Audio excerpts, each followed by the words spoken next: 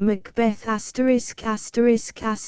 Project Gutenberg's a text of Shakespeare's The Tragedy of Macbeth. Executive Director's Notes, in addition to the notes below, and so you will not think all the spelling errors introduced by the printers of the time have been corrected. Here are the first few lines of Hamlet, as they are presented herein.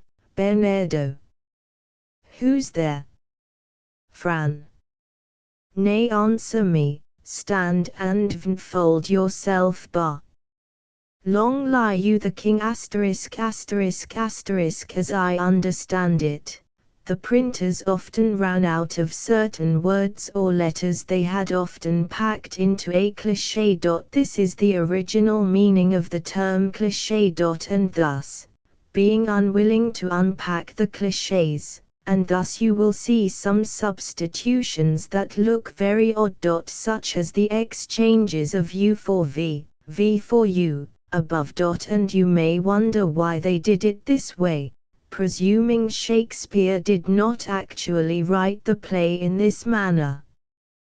The answer is that they may have packed "liu" into a cliché at a time when they were out of vs. Possibly having used VV in place of some WS, etc. This was a common practice of the day, as print was still quite expensive, and they didn't want to spend more on a wider selection of characters than they had to. You will find a lot of these kinds of errors in this text, as I have mentioned in other times and places. Many scholars have an extreme attachment to these errors, and many have accorded them a very high place in the canon of Shakespeare. My father read an assortment of these made available to him by Cambridge University in England for several months in a glass room constructed for the purpose.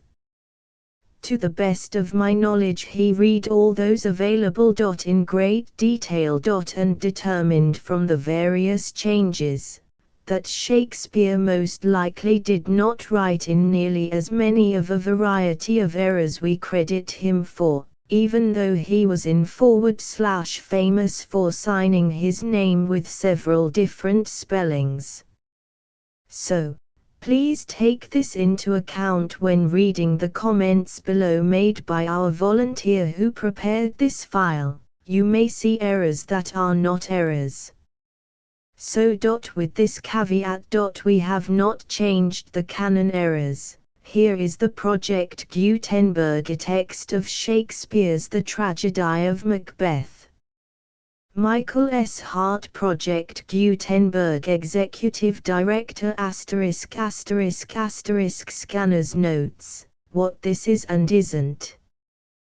This was taken from a copy of Shakespeare's First Folio and it is as close as I can come in ASCII to the printed text. The elongated SS have been changed to small ss and the conjoined A have been changed to A. I have left the spelling, punctuation, capitalization as close as possible to the printed text. I have corrected some spelling mistakes. I have put together a spelling dictionary devised from the spellings of the Geneva Bible and Shakespeare's First Folio and have unified spellings according to this template, typos and expanded abbreviations as I have come across them. Everything within brackets is what I have added. So if you don't like that you can delete everything within the brackets if you want a purer Shakespeare. Another thing that you should be aware of is that there are textual differences between various copies of the First Folio. So there may be differences, other than what I have mentioned above, between this and other First Folio editions. This is due to the printer's habit of setting the type and running off a number of copies and then proofing the printed copy and correcting the type and then continuing the printing run. The proof run wasn't thrown away but incorporated into the printed copies. This is just the way it is. The text I have used was a composite of more than 30 different first folio editions best pages.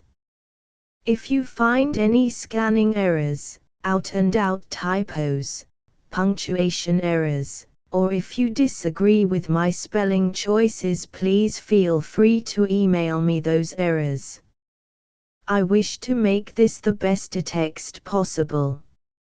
My email address for right now are hariddar@aol.com and david@inconnect.com. I hope that you enjoy this. David, read the tragedy of Macbeth Actus Primus. Scoena Prima. Thunder and lightning. Enter 3 witches. 1. When shall we 3 meet again? In thunder, lightning, or in rain? 2. When the hurlyburly's done, when the battle's lost, and 1. 3. That will be ere the set of sun. 1. Where the place? 2. Vborne the heath. 3. There to meet with Macbeth. 1. I come, grey Mac in all. Paddock calls anon, fair is foul, and foul is fair, who are through the fog and filthy air. Exeunt. Scena secunda. Alarum within. Enter King, Malcolm, Donalbain, Lennox, with attendants, meeting a bleeding captain. King. What bloody man is that? He can report, as seemeth by his plight, of the Ruald the newest state mal. This is the Syriant, who like a good and hardy soldier fought gainst my captivity. Hail brow friend, say to the king, the knowledge of the broil, as thou didst leo it cap. Doubtful it stood, as 2 spent swimmers, that do cling together, and choke their art, the merciless Macdonald, worthy to be a rebel, for to that the multiplying villainies of nature do swarm vborne him, from the western isles of Kerns and Gallogrosses is supplied and fortune on his damned quarry smiling, showed like a rebel's whore, but all's too weak, for brow Macbeth, well he deserves that name, disdaining fortune, with his brandished steel, which smoked with bloody execution. Like valor's minion, carried out his passage, till he faced the slaw, which knew our shook hands, nor bade farewell to him, till he'ven seemed him from the Nautoth chops, and fixed his head vborne our battlement's king. O valiant cousin, worthy gentleman cap! As whence the sun gins his reflection, shipwracking storms, and direful thunders, so from that spring, whence comfort seemed to come, discomfort swells. Mark King of Scotland, Mark, no sooner Eustace had, with valour armed compelled these skipping kerns to trust their heels, but the Norwegian lord, surreying vantage, with furbished arms, and new supplies of men, began a fresh assault. King. Dismayed not this our captains, Macbeth and Banquo? Cap. Yes, as sparrows, eagles, or the hare, the leon, if I say sooth, I must report they were as cannons who are charged with double cracks, so they doubly redoubled strokes vborne the foe, except they meant to bathe in reeking wounds, or memorize another Golgotha, I cannot tell, but I am faint, my gashes cry for help. King. So well thy words become thee, as thy wounds, they smack of honour both, go get him surgeons. Enter Ross and Angus. Who comes here? Mal. The worthy Thane of Ross Lennox. What a haste looks through his eyes. So should he look, that seems to speak things strange. Ross. God sow the King. Whence camest thou, worthy Thane? Ross. From Fife, great King, where the Norwegian banners float the skie, and fan our people cold.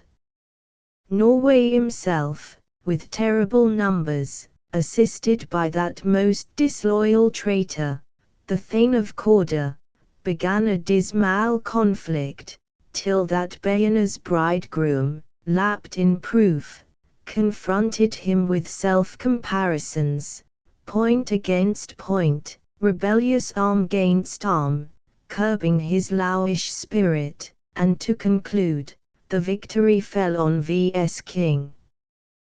Great happiness Ross. That now Sweno, the Norway's king, crows composition, nor would we deign him burial of his men, till he disbursed, at St. Colm's Ynch, $10,000, to our Genera vs King. No more that Thane of Cawdor shall deceive you our bosom interest, go pronounce his present death, and with his former title greet Macbeth Ross. Ill see it done King. What he hath lost, noble Macbeth hath won. Exeunt. Senatertia. Thunder. Enter the three witches. 1. Where hast thou been, sister? 2. Killing swine. 3. Sister, where thou? 1. A sailor's wife had chestnuts in her lap, and mounched, and mounched, and mounched. Jehu me, quoth I aroint thee, which, the rump-fed Ronian cries. Her husband's to Aleppo gone, master a tiger, but in a Seuil thither sail, and like a rat without a tail, Ildo, and Ildo too. Iljehu thee a windy one. Art kindy 3. And I another one.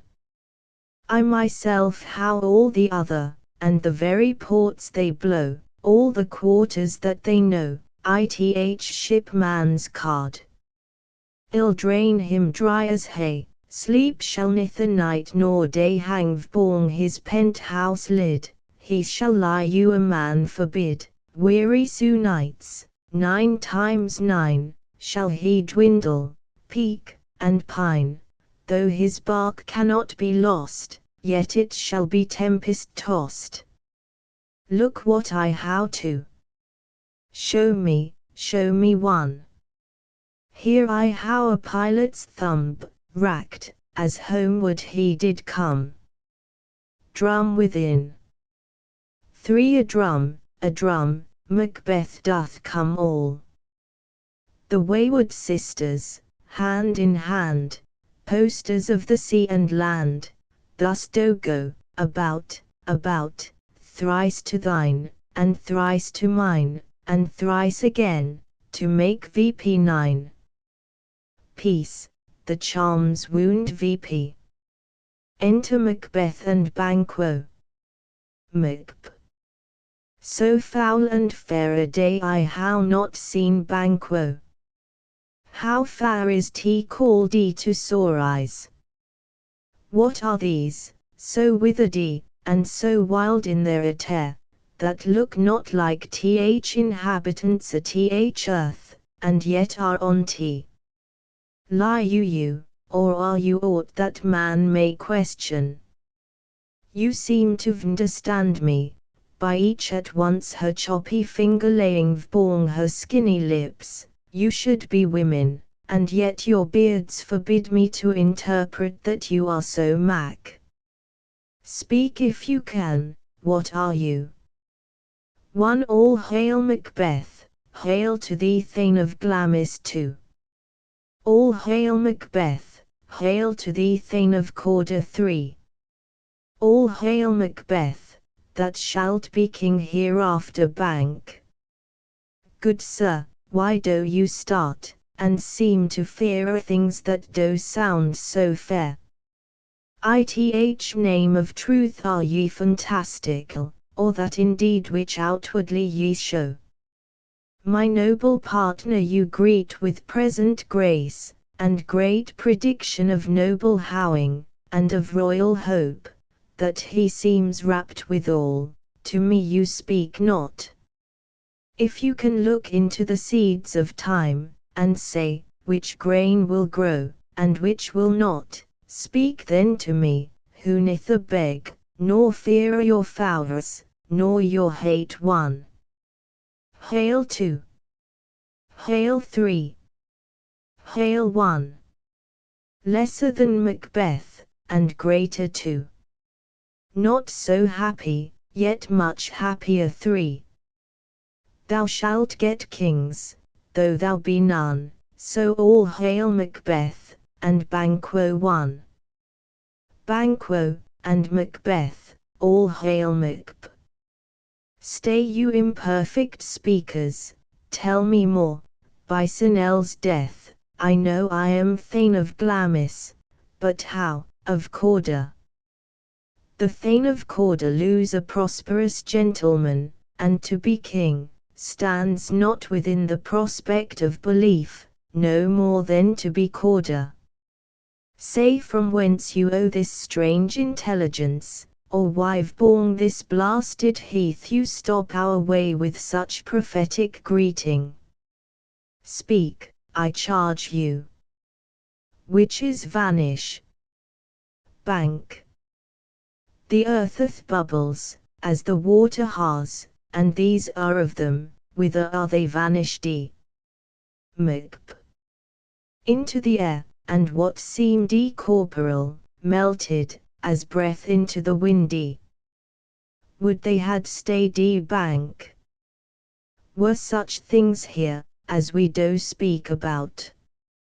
Or how we eaten on the insane root, that takes the reason prisoner? Macb. Your children shall be kings. Bank. You shall be king. Macb. And Thane of Cawdor too, went it not so? Bank. Toth self same tune and words, who's here? Enter Ross and Angus. Ross. The kingeth happily received, Macbeth, the news of thy success, and when he reads thy personal venture in the rebels' sight, his wonders and his praises do contend, which should be thine, or his, silent with that, in viewing the rest at self same day, he finds thee in the stout Norwegian ranks, nothing afeard of what thyself didst make strange images of death, as thick as tale can post with post, and one did bear thy praises in his kingdom's great defence, and powered them down before him. We are sent, to jew thee from our royal master thanks, only to herald thee into his sight, not pay thee Ross.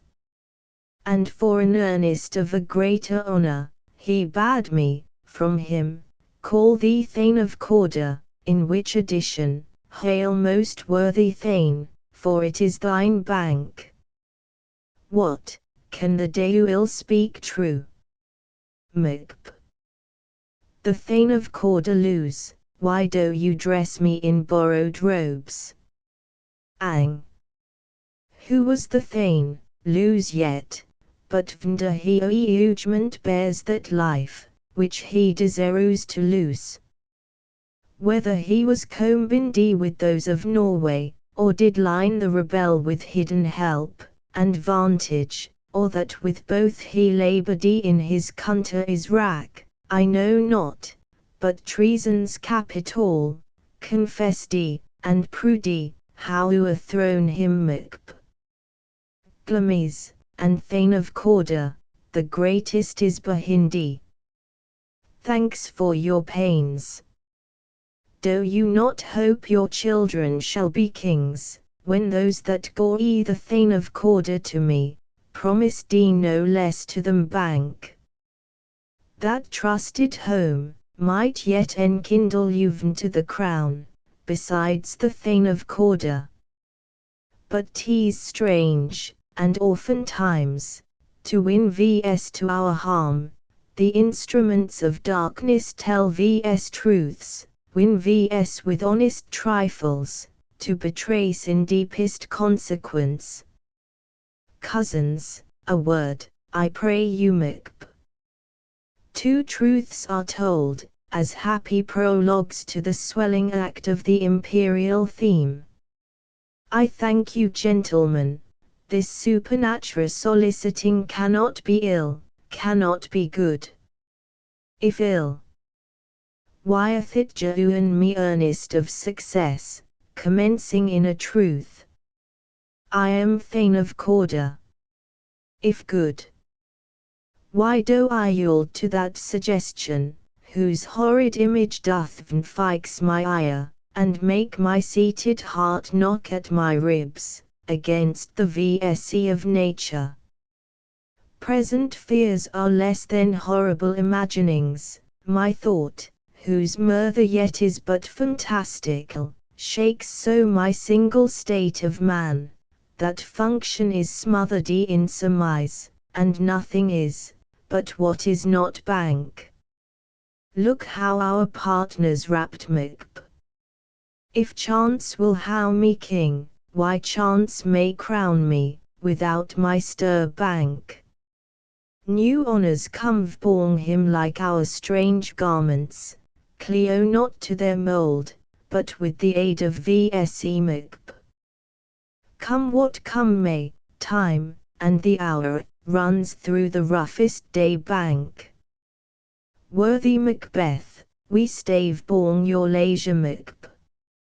Jehu me your foul, my dull brain was wrought with things forgotten. Kindy gentlemen, your pains are registered, where you a day I turn the leaf, to read them. Let vs toward the king, think born whateth chankd, and at more time, the interim howing way it, let vs speak our free hearts each to other bank. Very gladly Macbeth. Till then enough, come friends. Exeunt. Scene quarter. Flourish. Enter King, Lennox, Malcolm, Donalbain, and attendants. King. Is execution done on Cawdor? Or not those in commission yet returned? Mal. My liege, they are not yet come back. But I how spoke with one that saw him die, who did report, that very frankly he confessed his treasons, implored your highness pardon, and set forth a deep repentance. Nothing in his life became him, like the leoing it. He wider, as one that had been studied in his death, to throw away the dearest thing he owd, as 'twere a careless trifle king. There's no art, to find the mind's construction in the face. He was a gentleman, on whom I built an absolute trust. Enter Macbeth, Banquo, Ross, and Angus.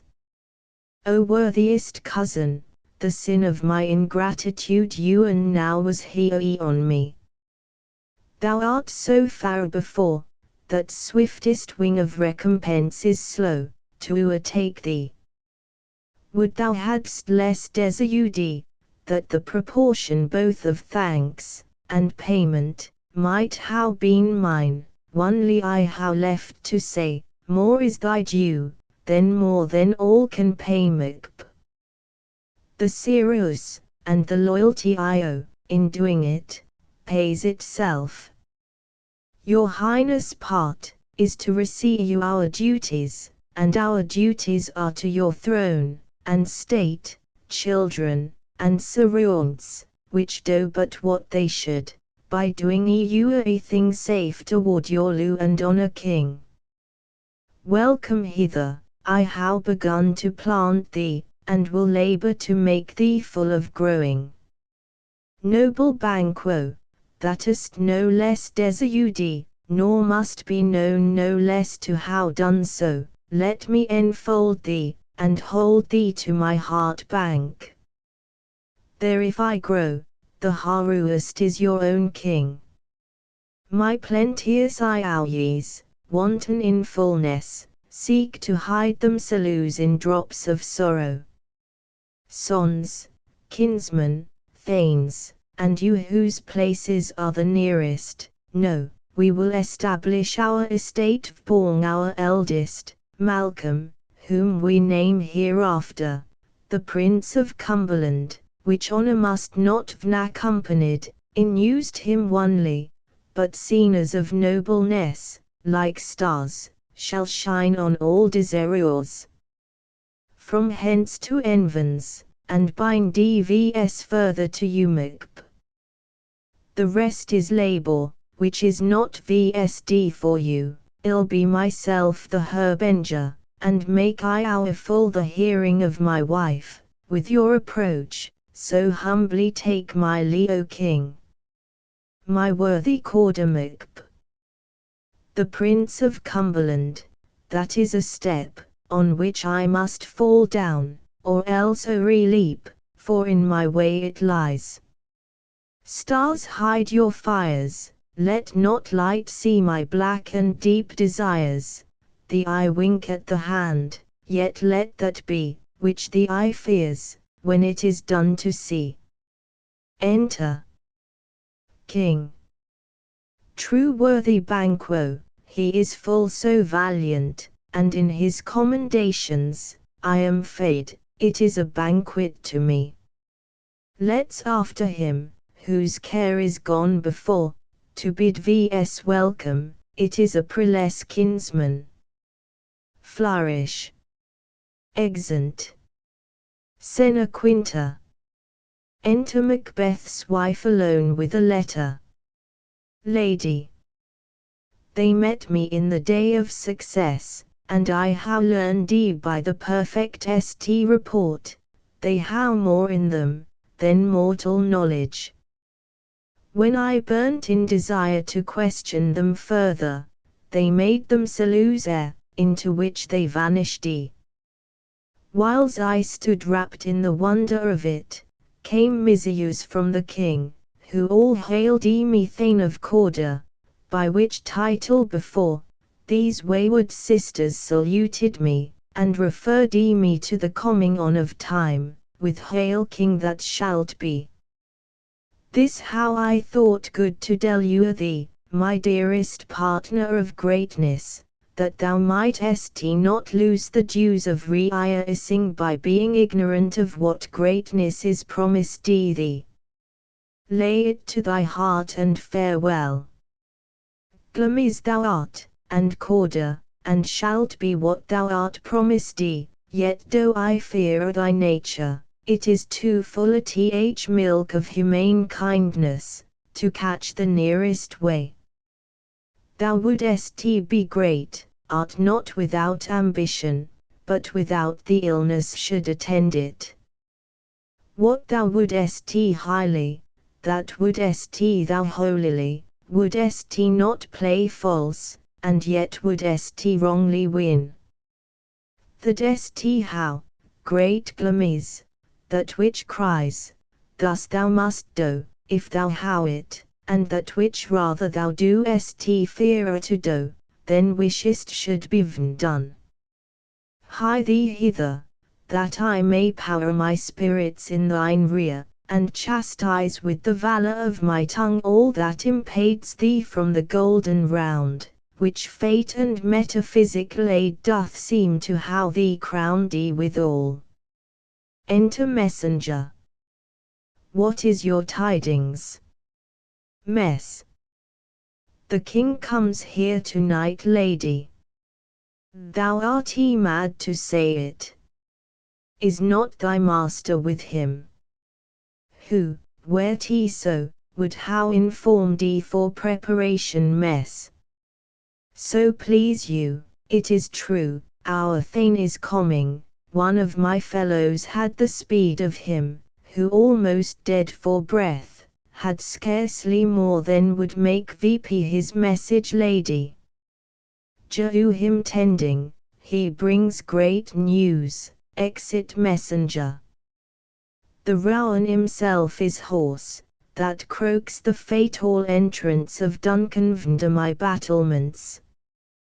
Come you spirits, that tend on mortal thoughts, sex me here, and fill me from the crown to the toe, top full of direst cruelty, make thick my blood, stop VPTH excess, and passage to remorse, that no compunctious visitings of nature shake my fell purpose, nor keep peace between effect and hit. Come to my woman's breasts, and take my milk for gall, you mirthring ministers, where you are, in your sightless substances, you wait on nature's mischief. Come thick night, and pull thee in the dunnest smoke of hell, that my keen knife see not the wound it makes, nor heeon peep through the blanket of the dark, to cry, hold, hold. Enter Macbeth. Great Glamis, worthy Corder, greater than both, by the all-hail hereafter, thy letters how transported me beyond this ignorant present, and I feel now the future in the instant Macbeth. My dearest Lou, Duncan comes here to-night lady. And when goes hence? Macbeth. Tomorrow, as he purposes lady. O Noya, shall sun that morrow see? Your face, my Thane, is as a book, where men may read strange matters, to beguile the time. Look like the time, bear welcome in your eye, your hand, your tongue, look like innocent flower, but be the serpent vanity. He that's coming, must be provided for, and you shall put this night's great business into my dispatch, which shall to all our nights, and days to come, Jehu solely in sway, and masterdom Macbeth. We will speak further, lady. Onely look VP clearer, to alter fower, EU is to fear, Leo all the rest to me. Exeunt. Sena Sexta. Ho boys, and torches. Enter King, Malcolm, Donalbain, Banquo, Lennox, Macduff, Ross, Angus, and attendants. King. This castle'th a pleasant seat, the air nimbly and sweetly recommends itself to our gentle senses' bank.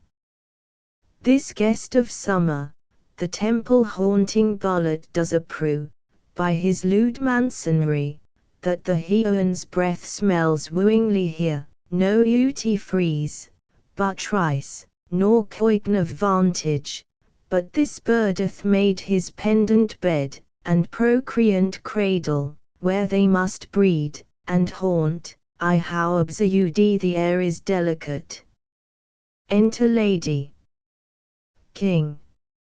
See our honored hostess, the loo that follows vs, sometime is our trouble, which still we thank as loo. Herein I teach you, how you shall bid God yield vs for your pains, and thank vs for your trouble lady.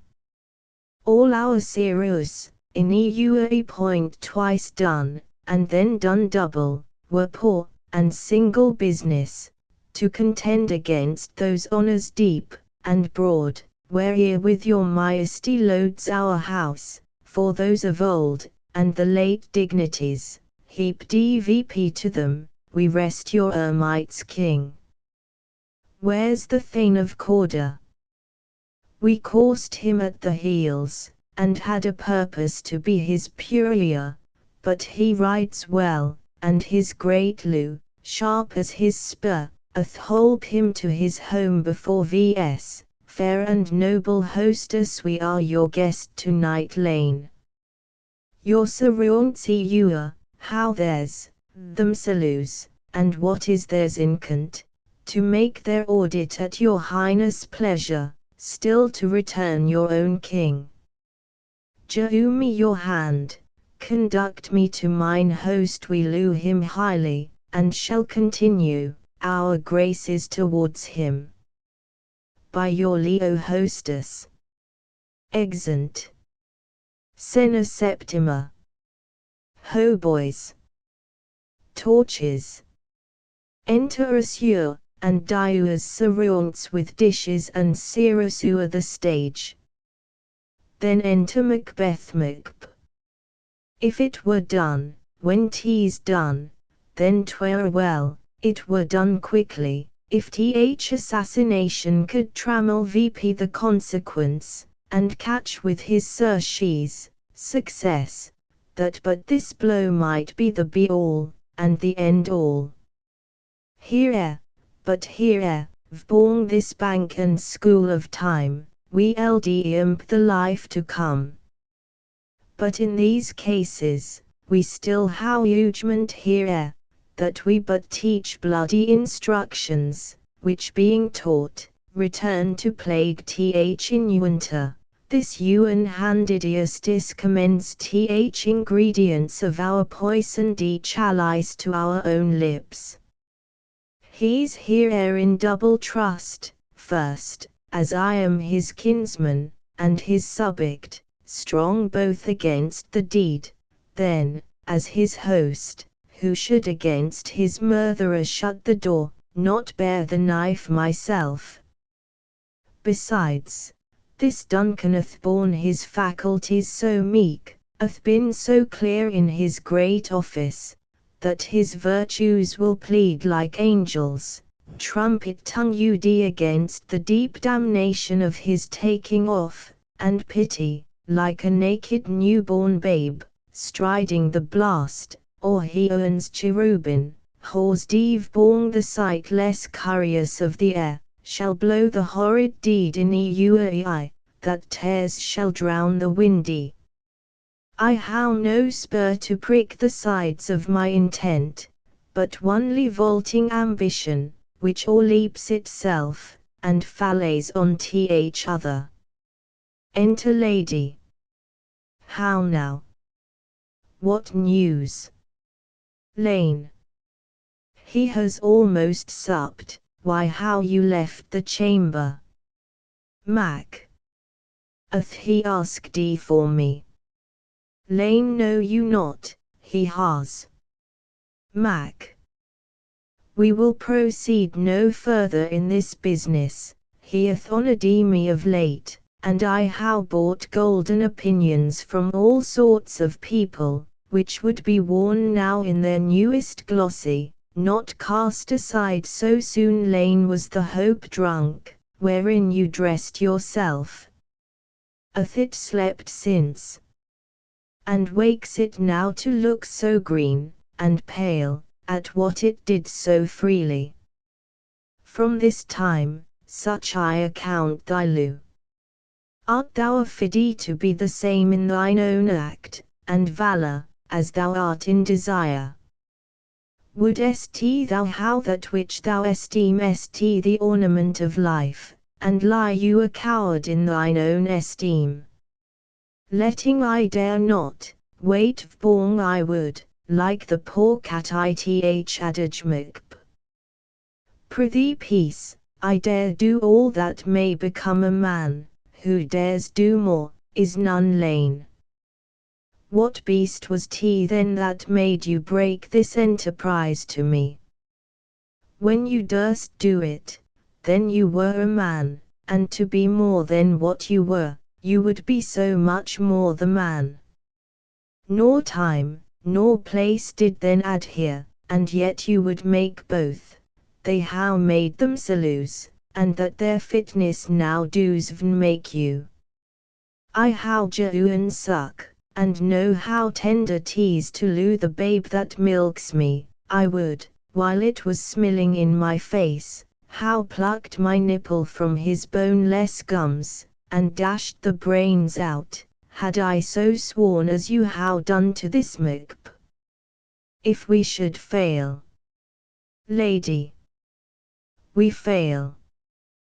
But screw your courage to the sticking place, and we'll not fail, when Duncan is asleep, whereto the rather shall his days hard iony soundly inute him. His 2 chamberlains will I with wine, and wassail, so connuence, that memory, the warder of the brain, shall be a fume, and the receipt of reason a limbeck only, when in swinish sleep, their drenched natures lies as in a death. What cannot you and I perform vbong th guarded Duncan? What not put vbong his spongy officers? Who shall bear the guilt of our great Quelmacb? Bring forth men children only, for thy daunted metal should compose nothing but males. Will it not be received, when we how mark d with blood those sleepy 2 of his own chamber, and vsd their very daggers, that they how don't? Lady, who dares receive it other, as we shall make our griefs and clamour roar, vbong his death? Macbeth. I am settled, and bend VP each corporal agent to this terrible feat away, and mock the time with fairest show. False face must hide what the false heart doth know. Exeunt. Actus secundus. Scena prima. Enter Banquo, and Fleance, with a torch before him. Bank. How goes the night, boy? Fleance. The moon is down, I how not heard the clock bank. And she goes down at 12. Fleance.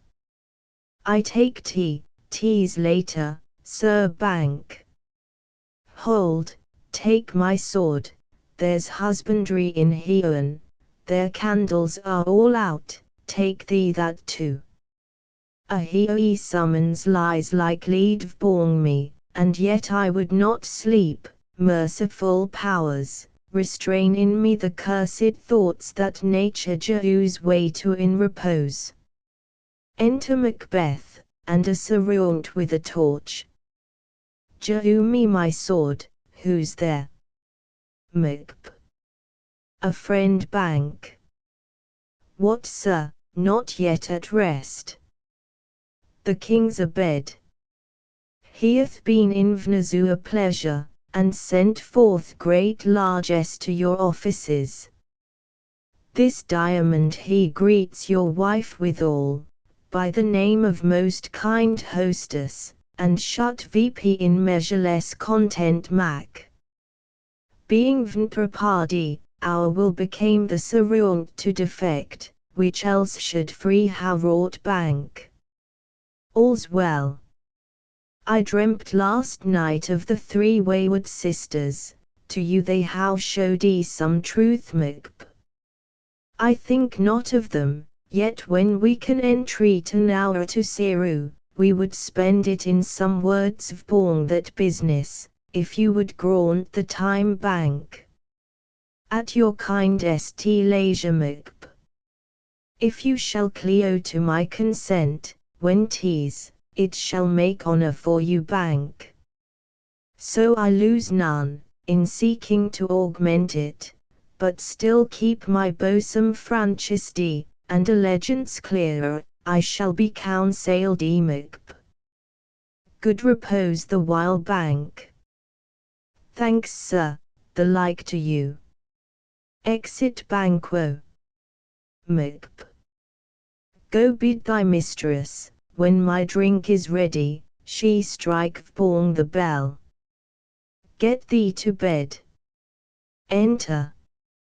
Is this a dagger, which I see before me, the handle toward my hand?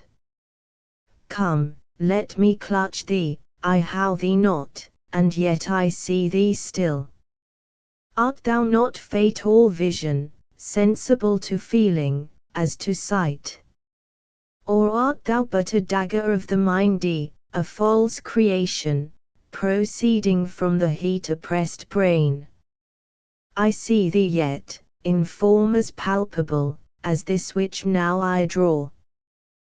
Thou marshallest me the way that I was going, and such an instrument I was to vse.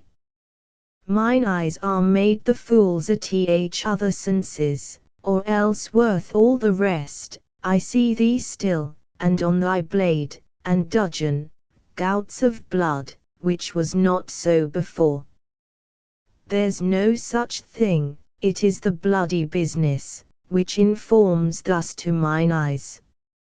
Now the 1/2 world nature seems dead, and wicked dreams abuse the curtained sleep, witchcraft celebrates pale Hecate's offerings, and with a murder, alarum by his sentinel, the wolf, whose howls his watch, thus with his stealthy pace, with Tarquin's ravishing sides, towards his design moves like a ghost.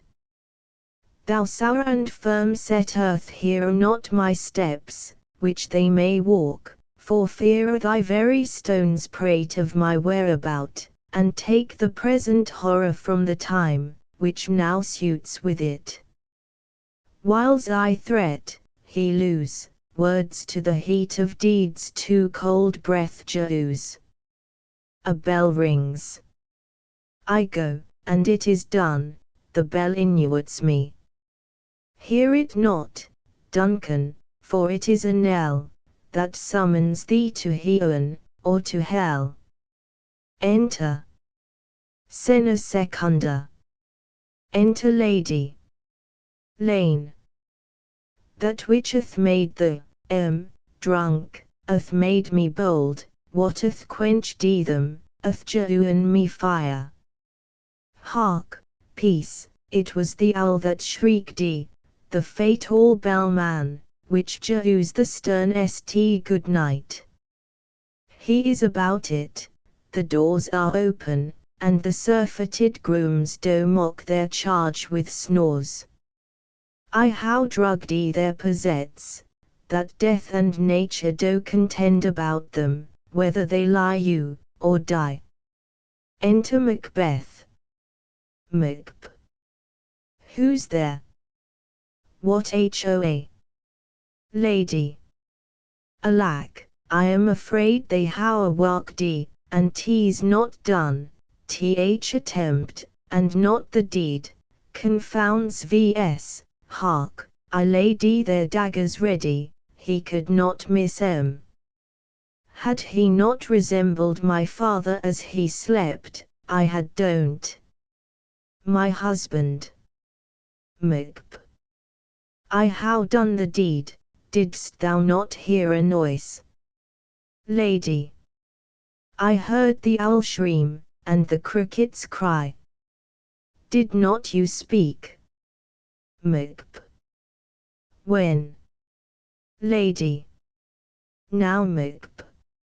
As I descended. Lady. I Macb.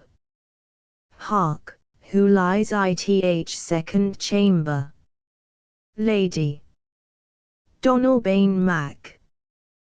This is a sorry sight, lady. A foolish thought, to say a sorry sight, Macb. There's one did laugh in sleep, and one cried murther, that they did wake each other. I stood, and heard them, but they did say their prayers, and addressed them again to sleep, lady. There are two logged together, Macb.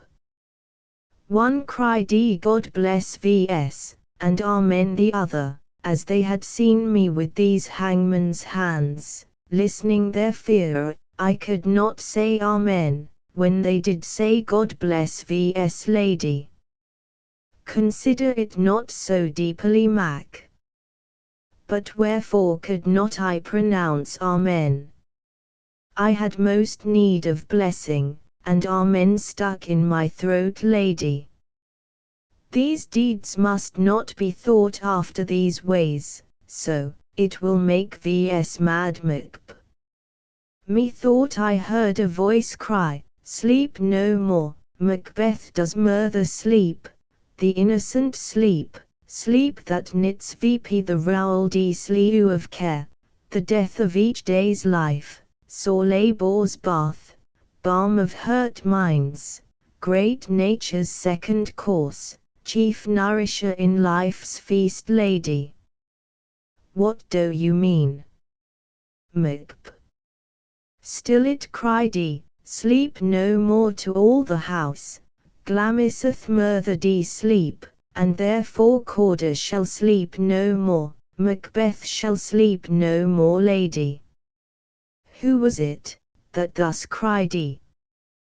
Why, worthy Thane, you doven bend your noble strength, to think so brain sickly of things, go get some water, and wash this filthy witness from your hand. Why did you bring these daggers from the place? They must lie there, go carry them, and smear the sleepy grooms with blood, Macbeth. I'll go no more, I am afraid, to think what I how done, look on tea again, I dare not, lady. Infirm of purpose, shew me the daggers, the sleeping, and the dead, are but as pictures, tease the eye of childhood, that fears a painted deuil. If he do bleed, I'll gild the faces of the grooms withal, for it must seem their guilt. Enter. Knock within. Macbeth. Whence is that knocking? How is tea with me, when you a noise appals me? What hands are here? Ha, they pluck out mine eyes. Will all great Neptune's ocean wash this blood clean from my hand? No, this my hand will rather the multitudinous seas in Conerdine, making the green one, red. Enter, lady. Lady. My hands are of your colour, but I shame to wear a heart so white. Knock.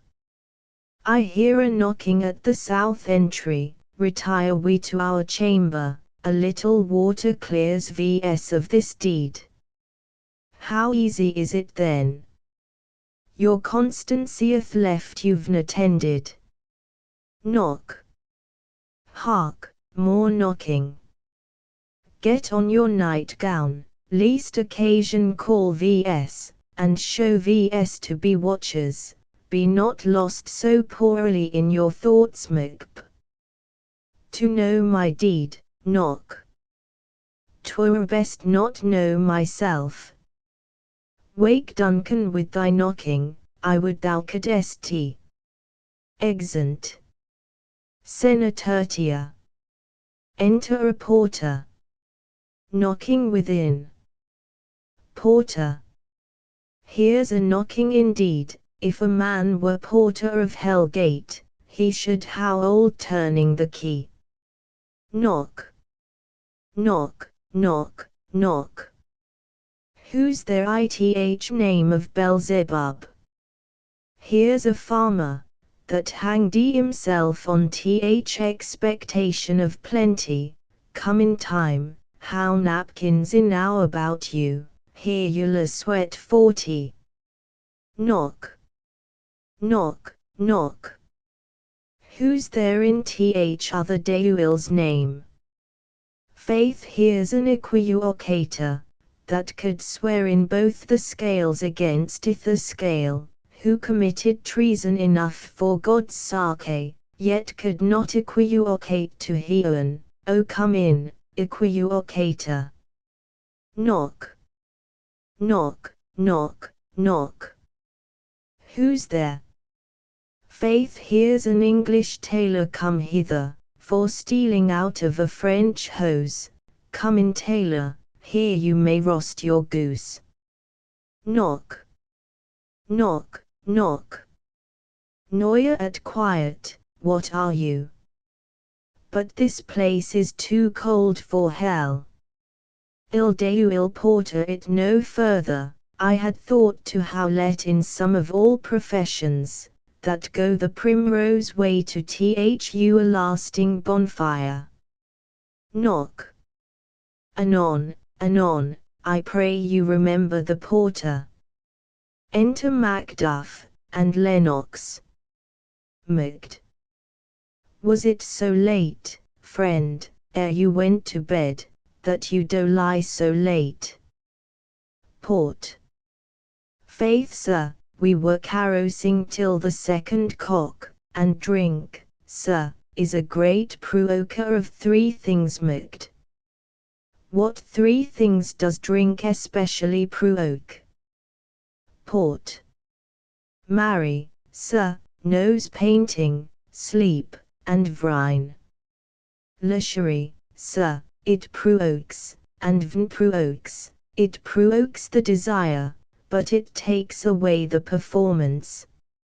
Therefore much drink may be said to be an equivocator with lechery. It makes him, and it mars him, it sets him on, and it takes him off, it persuades him, and disheartens him, makes him stand to, and not stand to, in conclusion, equivocates him in a sleep, and guying him the lie, leos him. Macd. I believe, drink gore thee the lie last night. Port. That it did, sir, I the very throat on me, but I requited him for his lie, and, I think, being too strong for him, though he took vp my legs sometime, yet I made a shift to cast him. Enter Macbeth. Macd. Is thy master stirring? Our knocking has a work de him, here he comes. Lennox. Good morrow, noble Sir Macb. Good morrow both. Macd. Is the king stirring, worthy Thane? Macb. Not yet. Macd. He did command me to call timely on him, I how almost slipped the hour. Macb. I'll bring you to him. Macd. I know this is a hour full trouble to you, but yet 'tis one. Macb. The labor we delight in, physics pain, this is the door. Macd. I'll make so bold to call, for 'tis my limited serious. Exit Macduff. Lennox. Goes the king hence today? Macb. He does, he did appoint so. Lennox. The night has been unruly, where we lay, our chimneys were blown down, and, as they say, lamentings heard ithr, strange shrieks of death, and prophesying, with accents terrible, of decombustion, and confess deurance, new hatch doth woeful time. The obscure bird clamoured the liu long night. Some say, the earth was furious, and did shake. Macb. 'Twas a rough night. Lennox. My young remembrance cannot parallel a fellow to it. Enter Macduff. Macd. O horror, horror, horror, tongue nor heart cannot conceive you, nor name thee. Macb. And Lennox. What's the matter? Macd. Confusion now hath made his masterpiece, most sacrilegious murder hath broke ope the Lord's anointed temple, and stole thence the life of th building. Macb. What is you say, the life? Lennox. Mean you his majesty? Macd. Prick the chamber, and destroy your sight with a new gorgon. Do not bid me speak, see, and then speak your salus. Awake, awake, exeunt. Macbeth and Lennox. Ring the alarum bell, murder, and treason, Banquo, and Donalbain, Malcolm awake, shake off this downy sleep, death's counterfeit, and look on death itself, VP, VP, and see the great doom's image, Malcolm, Banquo, as from your grouse rise VP, and walk like sprites, to countenance this horror. Ring the bell. Bell rings. Enter lady. Lady. What's the business? That such a hideous trumpet calls to parley the sleepers of the house. Speak, speak, Macbeth. O gentle lady, 'tis not for you to hear what I can speak, the repetition in a woman's rear, would murder as it fell. Enter Banquo. O Banquo, Banquo, our royal master's murthered lady. Woe, alas, what, in our house? Ban. Too cruel, anywhere. Dear Duff, I prithee contradict thyself, and say, it is not so. Enter Macbeth, Lennox, and Ross. Macbeth. Had I but dyd an hour before this chance, I had lewd a blessed time, for from this instant, there's nothing serious in mortality, all is but toys, renown and grace is dead, the wine of life is drawn, and the mere lees is left this vault, to brag of. Enter Malcolm and Donalbain. Donal. What is amiss? Macbeth.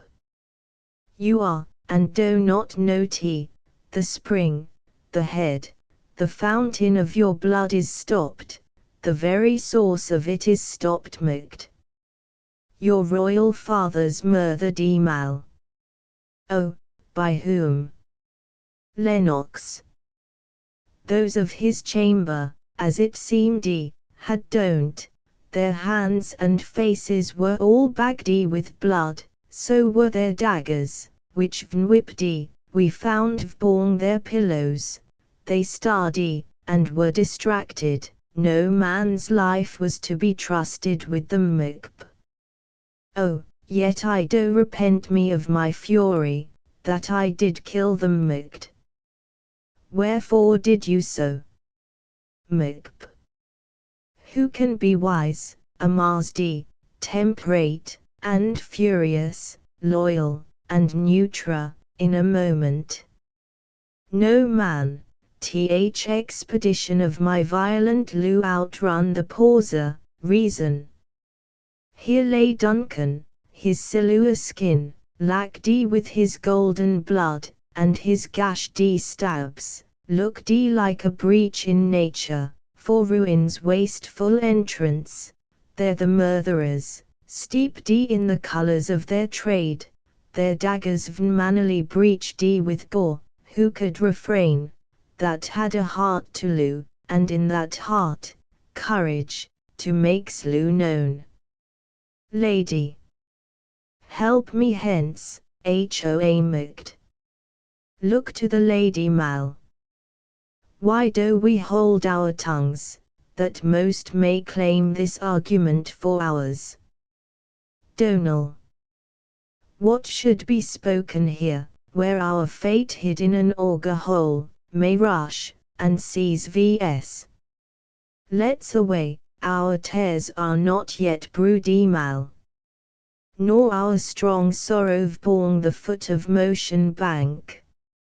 Look to the lady, and when we how our naked frailties hid, that suffer in exposure, let vs meet, and question this most bloody piece of work, to know it further. Fears and scruples shake vs, in the great hand of God I stand, and thence, against the divulged pretense, I fight of treasonous malice Macbeth. And so do I all. So all Macbeth. Let's briefly put on manly readiness, and meet ith whole together all. Well contented. Exeunt. Malk. What will you do? Let's not consort with them. To show unfelt sorrow, is an office which the false man does easy. Ill to England Don. To Ireland, our separated fortune shall keep vs both the safer. Where we are, there's daggers in men's smiles, the nearer in blood, the nearer bloody Malk. This murderous shaft that's shot, hath not yet lighted, and our safest way, is to avoid the aim. Therefore to horse, and let vs not be dainty of Leo taking, but shift away. There's warrant in that theft, which steals itself, when there's no mercy left. Exeunt. Senna Quarter. Enter Ross, with an old man.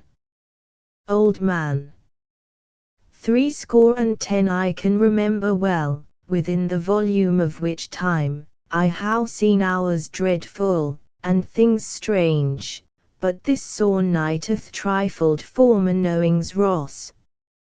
Ha, good father, thou seest the Heoans, as troubled with man's act, threatens his bloody stage, byth clock tease day, and yet dark night strangles the trowling lamp, is night's predominance, or the day's shame, that darkness does the face of earth entomb, when luing light should kiss it. Old man. 'Tis natural, Ewan like the deed that's done, on Tuesday last, a falcon towering in her pride of place, was by a mosing owl hawked at, and killed Ross. And Duncan's horses, a thing most strange, and certain, beauteous, and swift, the minions of their race, turned wild in nature, broke their stalls, flung out, contending gainst obedience, as they would make war with mankind. Old man. 'Tis said, they eat each other Ross. They did so, to th amazement of mine eyes that looked born tea. Enter Macduff. Here comes the good Macduff. How goes the world, sir, now? Macd. Why see you not? Ross. Is 't known who did this more than bloody deed? Macd. Those that Macbeth hath slain Ross. Alas the day, what good could they pretend? Macd. They were Suband, Malcolm, and Donalbain the king's two sons are stone away and fled, which puts upon them suspicion of the deed Ross. Gainst nature still, thriftless ambition, that will rowan vp thine own lose means, then 'tis most like, the sovereignty will fall vpon Macbeth Macd. He is already Normandy, and gone to Scone to be in Newstead Ross. Where is Duncan's body? Macd. Carried to Colmakill, the sacred storehouse of his predecessors, and guardian of their bones Ross. Will you to Scone? Macd. No cozen, ill to Fife Ross. Well, I will thither Macd. Well may you see things well done there, adieu least our old robes sit easier than our new Ross. Farewell, father old God's benison go with you, and with those that would make good of bad, and friends of foes. Exeunt. Omnes actus tertius. Senna prima. Enter Banquo. Bank. Thou'st it now, King, Corder, Glamis, all, as the Wyod women promised thee, and I fear thou playedst most foully for thee, yet it was said it should not stand in thy posterity, but that myself should be the root and father of many kings. If there come truth from them, as vborn thee Macbeth, their speeches shine, why by the verities on thee made good, may they not be my oracles as well, and set me VP in hope. But hush, no more. Sonnet sounded. Enter Macbeth as king, Lady Lennox, Ross, lords, and attendants. Macb. Here's our chief guest lain. If he had been forgotten, it had been as a gap in our great feast, and all things becoming Macb. Tonight we hold a solemn supper, sir, and ill request your presence bank. Let your highness command vborn me, to the which my duties are with a most indissoluble tie for you and it Macb. Ride you this afternoon? Ban. Aye, my good Lord Macb. We should how else disadie your good advice, which still hath been both grow and prosperous, in this day's council, but we'll take tomorrow. Is t far you ride? Ban. As far, my lord, as will fill VP the time twixt this and supper. Go not my horse the better, I must become a borrower of the night, for a dark hour, or twain Macb. Fail not our feast ban. My lord, I will not Macb. We hear our bloody cousins are bestowed in England, and in Ireland, not confessing their cruel parricide, filling their hearers with strange innuent iron. But of that tomorrow, when therewithal, we shall how cause of state, crowing vsi outly. Hie you to horse, adieu, till you return at night. Goes Fleance with you? Ban. Aye, my good lord, our time does call vborns Macb. I wish your horses swift, and sure of foot, and so I do commend you to their backs. Farewell. Exit Banquo. Let you a man be master of his time, till soon at night, to make society the sweeter welcome, we will keep ourself till supper time alone, while then, God be with you. Exeunt. Lords. Sir, a word with you, attend those men our pleasure. Servant. They are, my lord, without the palace gate Macb. Bring them before versus exit servant. To be thus, is nothing, but to be safely thus our fears in Banquo stick deep, and in his royalty of nature reigns that which would be feared. Tis much he does, and to that dauntless temper of his mind he hath a wisdom, that doth guide his valour, to act in safety. There is none but he, whose being I do fear, and vnder him, my genius is rebuked, as it is said Mark Antony's was by Caesar. He chid the sisters, when first they put the name of King vborn me, and bade them speak to him. Then prophet-like, they hailed him father to a line of kings. Vborn my head they placked a fruitless crown, and put a barren sceptre in my gripe, thence to be wrenched with an lineal hand, no son of mine succeeding, if t be so, for Banquo's issue how I filled my mind for them, the gracious Duncan how I murthered put rancors in the vessel of my peace only for them, and mine eternal eulogium to the common enemy of man, to make them kings, the seeds of Banquo kings. Rather than so, come fate into the Lyst, and champion me to th victorance. Who's there? Enter Saruant, and two murderers. Now go to the door, and stay there till we call. Exit Saruant. Was it not yesterday we spoke together? Mirth. It was, so please your highness Macbeth.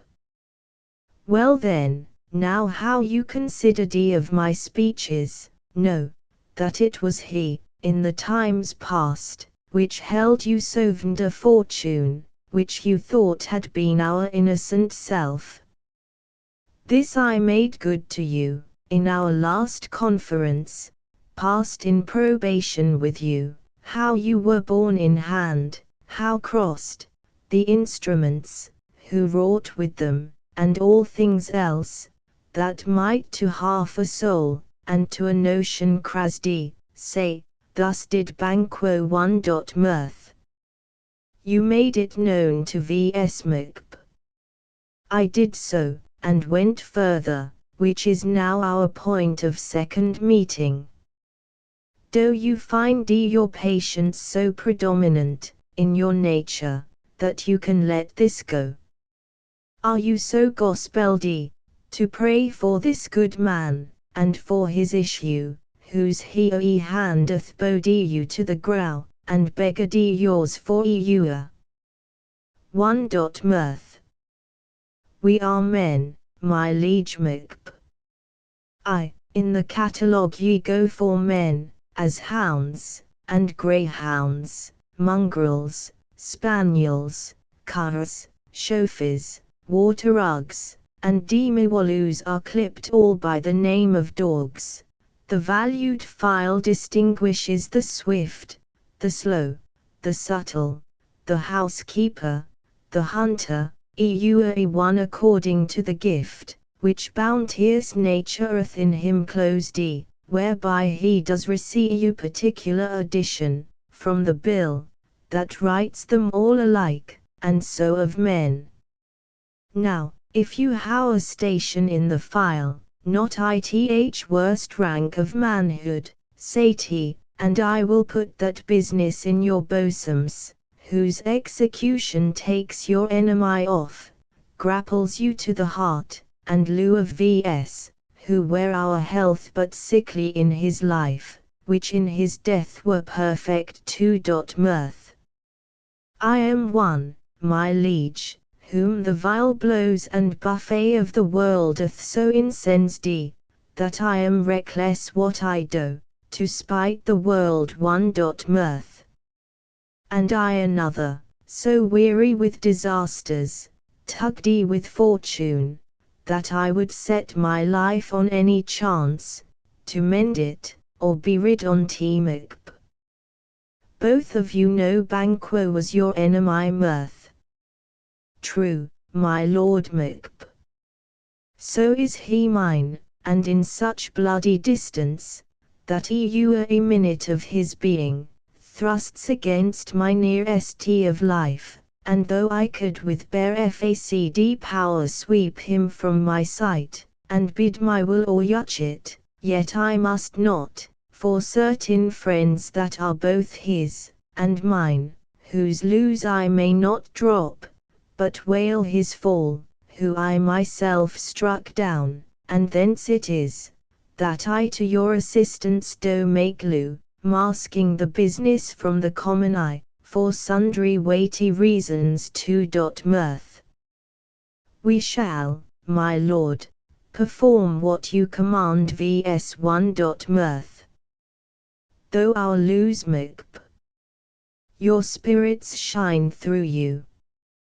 Within this hour, at most, I will advise you where to plant your saloons, acquaint you with the perfect spire time, the moment on for tea must be done tonight, and something from the palace, always thought, that I require a clearness, and with him, to Leo no rubs nor botches in the work, Fleens, his son, that keeps him company, whose absence is no less material to me than is his father's, must embrace the fate of that dark hour. Resolue yourselves apart, ill come to you.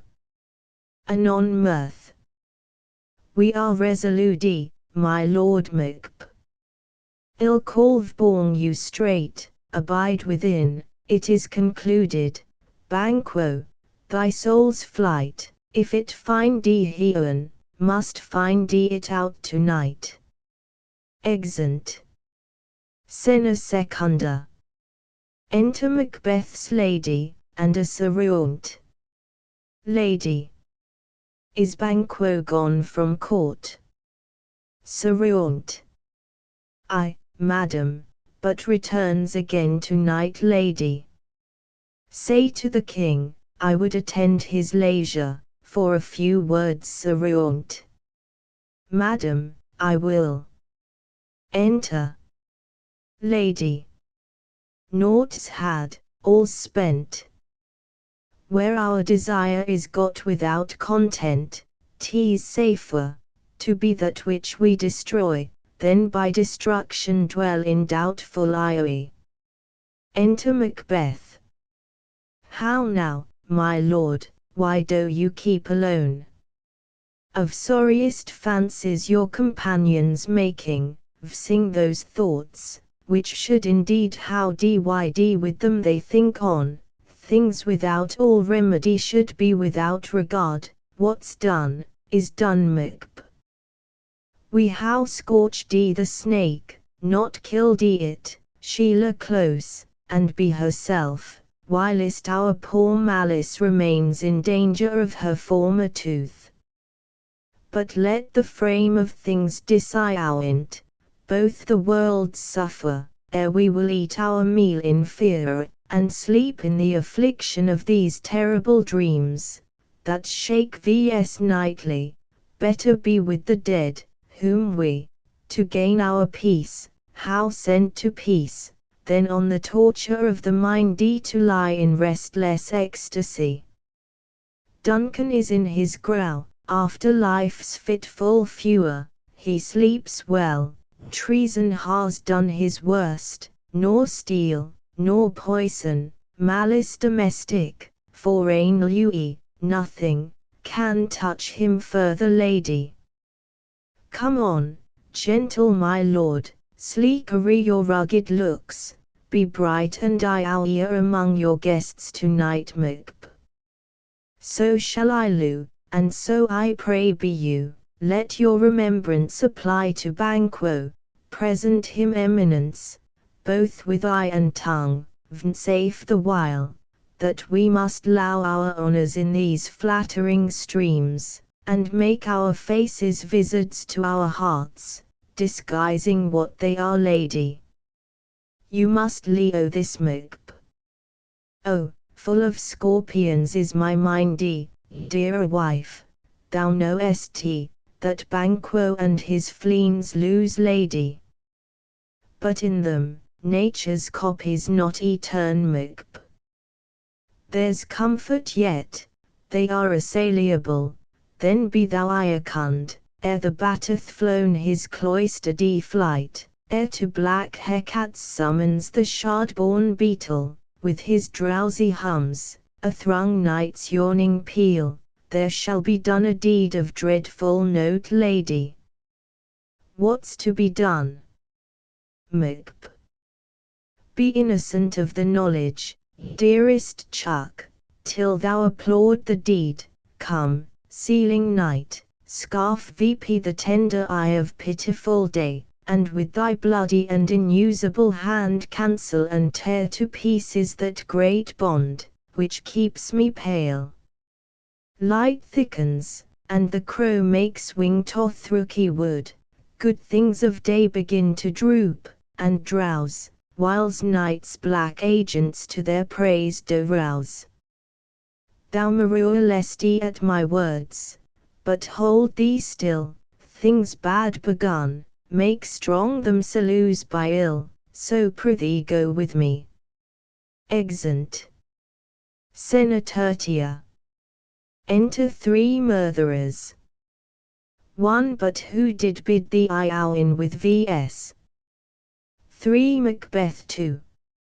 He needs not our mistrust, since he delures our offices, and what we how to do, to the directioniest one. Then stand with vs. The west yet glimmers with some streaks of day. Now spurs the lated trowella apace, to gain the timely in, and near approaches the subject of our watch 3. Hark, I hear a horse's banquo within. Juvs a light there, hoa 2. Then tease he, the rest, that are within the note of expectation, already are ith caught 1. His horses go about 3. Almost a mile, but he does vsually, so all men do, from hence doth Palace Gate make it their walk. Enter Banquo and Fleens, with a torch. 2 a light 3. Tease he 1. Stand 2 T ban. It will be rain tonight 1. Let it come down ban. Oh, treachery. Fly good Fleens, fly, fly, fly, thou mayest ruinge. O slaw. 3 Who did strike out the light? 1 Was not the way? 3 There's but 1 down, the son is fled 2. We have lost best half of our affair 1. Well, let's away, and say how much is done. Exeunt. Scena quarter. Banquet preparedi. Enter Macbeth, Lady, Ross, Lennox, lords, and attendants. Macb. You know your own degrees, sit down, at first and last, the hearty welcome lords. Thanks to your majesty Macb. Ourself will mingle with society, and play the humble host. Our hostess keeps her state, but in best time we will require her welcome lane. Pronounce it for me, sir, to all our friends, for my heart speaks, they are welcome. Enter first murderer. Macb. See they encounter thee with their hearts' thanks. Both sides are ewen, here Ariel sit ith mid-st, be large in mirth, anon we'll drink a measure the table round. There's blood vborn thy face mur. Tease banquos then Macb. Tease better thee without, than he within. Is he dispatched? Mur. My lord his throat is cut, that I did for him Mac. Thou art the best at cut throats, yet he's good that did the like for Fleens. If thou didst it, thou art the non-perile mur. Most royal Sir Fleens is scapd Macb. Then comes my fit again, I had else been perfect, whole as the marble, founded as the rock, as broad, and genera, as the casing air, but now I am cabined, cribbed, confined, bound into saucy doubts, and fears. But Banquo's safe. Mur. I, my good lord, safe in a ditch he bides, with 20 trenched gashes on his head, the least a death to nature Macb. Thanks for that, there the grown serpent lies, the worm that's fleddeth nature that in time will venom breed, no teeth for present. Get thee gone, tomorrow we'll hear our salutes again. Exit murderer. Lady. My royal lord, you do not jew the chair. The feast is sold that is not often vouched, While teas a making, teas jauan, with welcome, to feed were best at home, from thence, the sauce to meat is ceremony, meeting were bare without it. Enter the ghost of Banquo, and sits in Macbeth's place. Macb. Sweet remembrancer, now good digestion wait on appetite, and health on both Lennox. May he please your highness sit Macb. Here had we now our country's honour, Roofdy, were the Grackdy person of our Banquo present, who, may I rather challenge for kindness, than pity for mischance Ross. His absence, sir, lays blame vborn his promise. Pleased he your highness to grace vs with your royal company. Macb. The table's full Lennox. Here is a place reserved Sir Macb. Where? Lennox. Here my good lord. What is tea that moves your highness? Macb. Which of you how done this? Lords. What, my good lord? Macb. Thou canst not say I did it, nor shake thy gory locks at me Ross. Gentlemen rise, his highness is not well lady. Sit worthy friends, my lord is often thus, and hath been from his youth. Pray you keep seat, the fit is momentary, vborn a thought he will again be well. If much you note him you shall offend him, and extend his passion, feed, and regard him not. Are you a man? Macb. Aye, and a bold one, that dare look on that which might appal the duel no proper stuff. This is the very painting of your fear, this is the air-drawn dagger which you said led you to Duncan. Oh, these flaws and starts, impostors to true fear, would well become a woman's story, at a winter's fire authorized by her grandam, shame itself, why do you make such faces? When all's done you look but on a stool Macb. Prithee see there, behold, look, loe, how say you, why what care I, if thou canst not, speak to. If charnel houses, and our grouse must send those that we bury, back, our monuments shall be the moors of Kite's Lane. What? Quite vnmandy in folly Macb. If I stand here, I saw him lain fie for shame Macb. Blood hath been shed ere now, ith olden time ere humane statute purged the gentle wheel, aye, and since too, murthers how been performed too terrible for the rear. The times has been, that when the brains were out, the man would die, and there an end, but now they rise again with 20 mortal murthers on their crowns, and push vs from our stools. This is more strange than such a murther is lain. My worthy lord your noble friends do lack you Macb.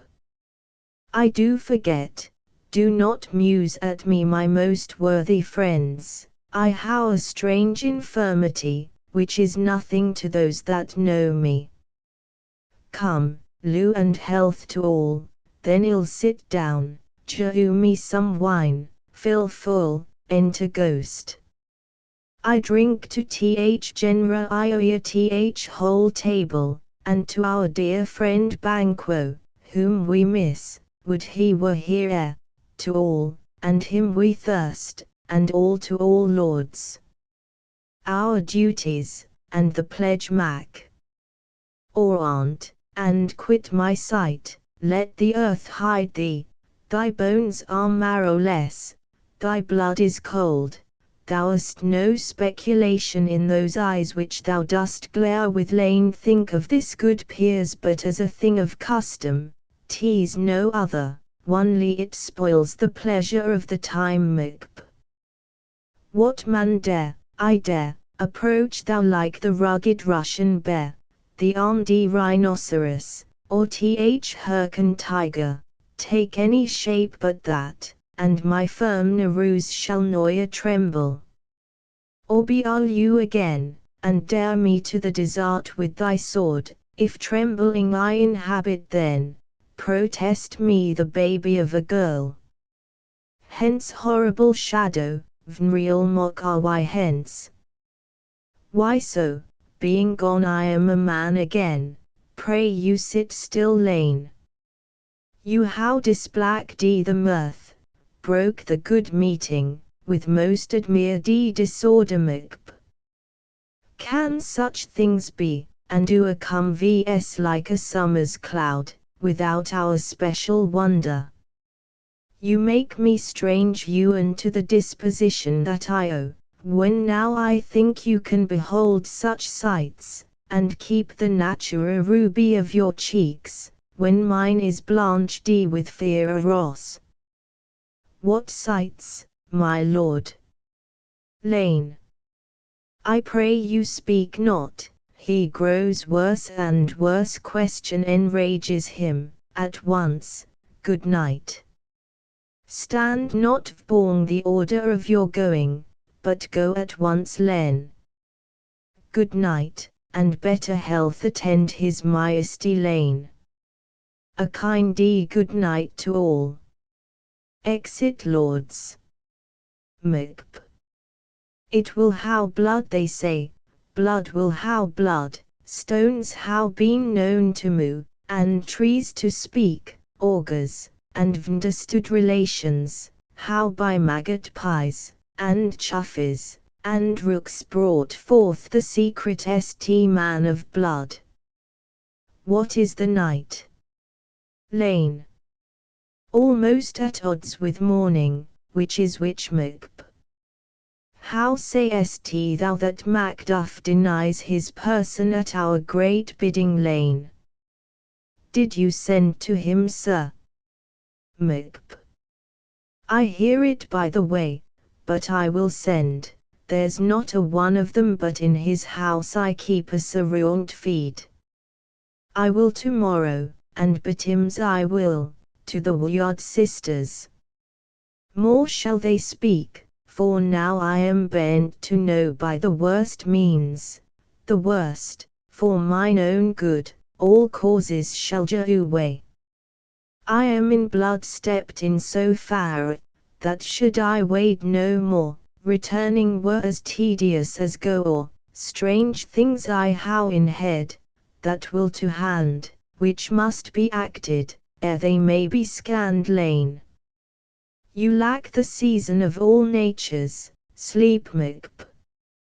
Come, we'll to sleep, my strange and self-abuse is the initiate fear, that once hard vse, we are yet but young indeed. Exeunt. Scena quinta. Thunder. Enter the three witches, meeting Hecate. 1. Why how now Hecate, you look angrily. Hec. How I not reason, beldams, as you are. Saucy, and you are bold, how did you dare to trade, and traffic with Macbeth, in riddles, and affairs of death, and I the mistress of your charms, the close contriver of all harms, was Noia called to bear my part, or show the glory of our art? And which is worse, all you how doneth been but for a wayward son, spiteful, and wrathful, who, as others do, lose for his own ends, not for you. But make amends now, get you gone, and at the pit of Icheron meet me ith morning, thither he will come, to know his destiny. Your vessels, and your spells provide, your charms, and you a thing beside. I am for the this night ill spent to a dismal, and a fatal end.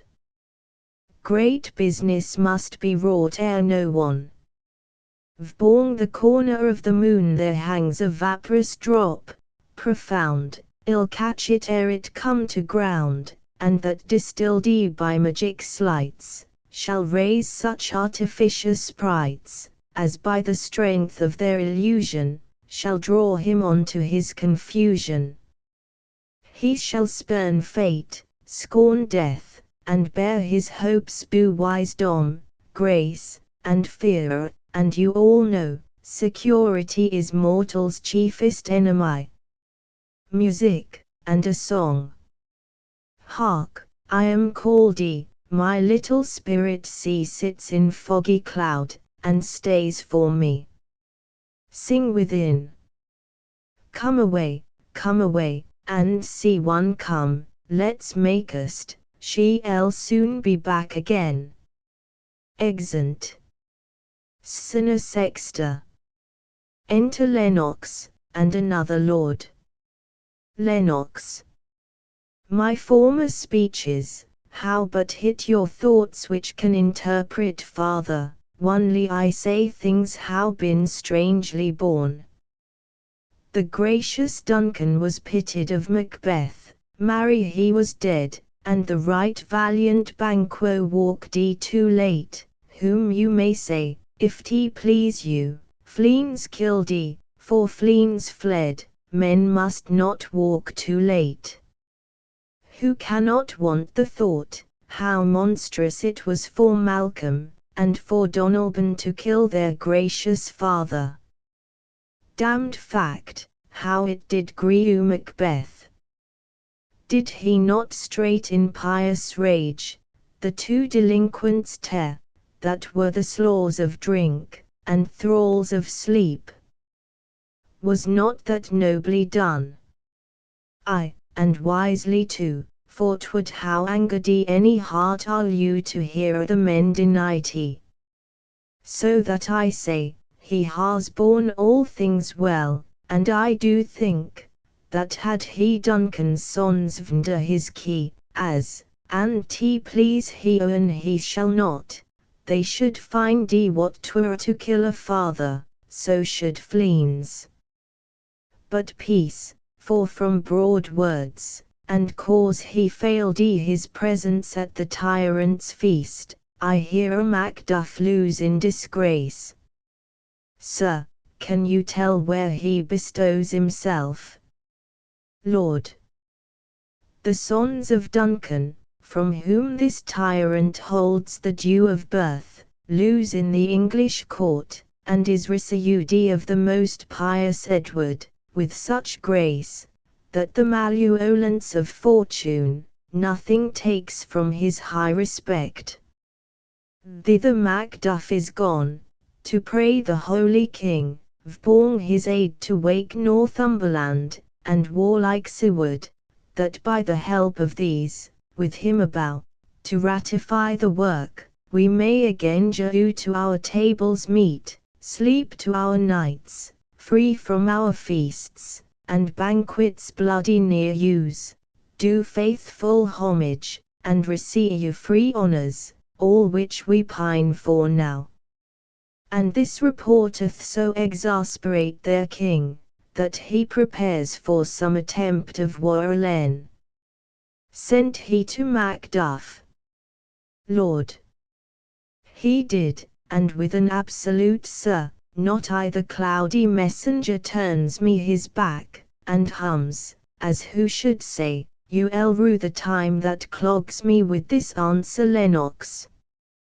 And that well might do is him to a caution, hold what distance his wisdom can provide. Some holy angel fly to the court of England, and unfold his message ere he come, that a swift blessing may soon return to this our suffering country, vnder a hand accursed Lord. I'll send my prayers with him. Exeunt. Actus Quartus. Scena prima. Thunder. Enter the three witches. 1 thrice the brinded cateth moody 2 thrice, and once the hedge pig windy 3 harpier cries, tease time, 1 round about the cauldron go, in the poisoned entrails throw toad, that vnd a cold stone, days and nights, Ha's 31, sweltered venom sleeping got, boil thou first ith charmed pot all. Double, double, twirl and trouble, fire burn, and cauldron bubble 2 fillet of a fenny snake, in the cauldron boil and bake, eye of newt, and toe of frog, wool of bat, and tongue of dog, adder's fork, and blindy worm's sting, lizard's leg, and howlet's wing, for a charm of powerful trouble, like a hell broth, boil and bubble all. Double, double, toil and trouble, fire burn, and cauldron bubble 3 scale of dragon, tooth of wolf, witch's mummy, more, and gulf of the rowandy salt sea shark, root of hemlock, dig dith dark, lure of blaspheming ewe, gall of goat, and slips of yew, sluity in the moon's eclipse, nose of Turk, and Tartar's lips, finger of birth strangled babe, ditch deluity by a drab, make the gruel thick, and slab. Add thereto a tiger's chaudron, 40 ingredients of our cauldron all. Double, double, toil and trouble, fire burn, and cauldron bubble to cool it with a baboon blood, then the charm is firm and good. Enter Hecate, and the other 3 witches. Hec. O well done, I commend your pains, and you a one shall share ith gains, and now about the cauldron sing like elus and fairies in a ring, enchanting all that you put in. Music and a song. Black spirits, and see too by the pricking of my thumbs, something wicked this way comes, open locks, who you knocks. Enter Macbeth. Macb. How now you secret, black, and midnight hags? What is 't you do? All. A deed without a name Macb. I conjure you, by that which you profess, howe'er you come to know it, answer me, though you've the winds, and let them fight against the churches, though the yesty wows confound and swallow navigation vp, though blade corn be loggedy, and trees blown down, though castles topple on their warders' heads, though palaces and pyramids do slope their heads to their foundations, though the treasure of nature's germain tumble altogether, you until destruction sicken, answer me to what I ask. You 1 speak, 2 demand, 3 we'll answer, 1 say, if th hadst rather hear it from our mouths, or from our masters Macb. Call let me see 1 power in sow's blood, that hath eaten her 9 farrow, grease that's sweaten from the murderer's gibbet, throw into the flame all. Come high or low, thyself and office deftly show. Thunder. 1 apparition, an armed head. Macb. Tell me, thou've known power 1 he now's thy thought, hear his speech, but say thou naught 1 apa. Macbeth, Macbeth, Macbeth, beware Macduff, beware the Thane of Fife, dismiss me. Enough. He descends. Macb. Whate'er thou art, for thy good caution, thanks thou'st harped my fear aright. But 1 word more 1 he will not be commanded, here's another more potent than the first. Thunder. 2 Apparition, a bloody child. 2 Apa. Macbeth, Macbeth, Macbeth, Macbeth. Had I 3 ears, ill did hear thee Apa. Be bloody, bold, and resolute, laugh to scorn the power of man, for none of women born shall harm Macbeth. Descends. Mac. Then lie you Macduff, what need I fear of thee? But yet I'll make assurance, double sure, and take a bond of fate, thou shalt not lie you, that I may tell pale-hearted fear, it lies, and sleep in spite of thunder. Thunder 3 Apparition, a child crowned, with a tree in his hand. What is this, that rises like the issue of a king, and wears vborn his baby brow, the round and top of sovereignty? All. Listen, but speak not to T3 Apa. Be leon mettled, proud, and take no care, who chafes, who frets, or where conspirers are. Macbeth shall noy a vanquished be, vntil great Burnham Wood, to high Dunsmain Hill shall come against him. Descend. Macb. That will noy a be, who can impress the forest, bid the tree fix his earth-bound root. Sweet Boardments, good, rebellious dead, rise noy till the wood of Burnen rise, and our high plaque D. Macbeth shall lie you the lease of nature, pay his breath to time, and mortal custom. Yet my heart throbs to know one thing, tell me, if your art can tell so much, shall Banquo's issue you a reign in this kingdom? All. Seek to know no more Macb. I will be satisfied. Deny me this, and an eternal curse fall on you, let me know. Why sinks that cauldron? And what noise is this? Ho boys, 1 show, 2 show, 3 show all.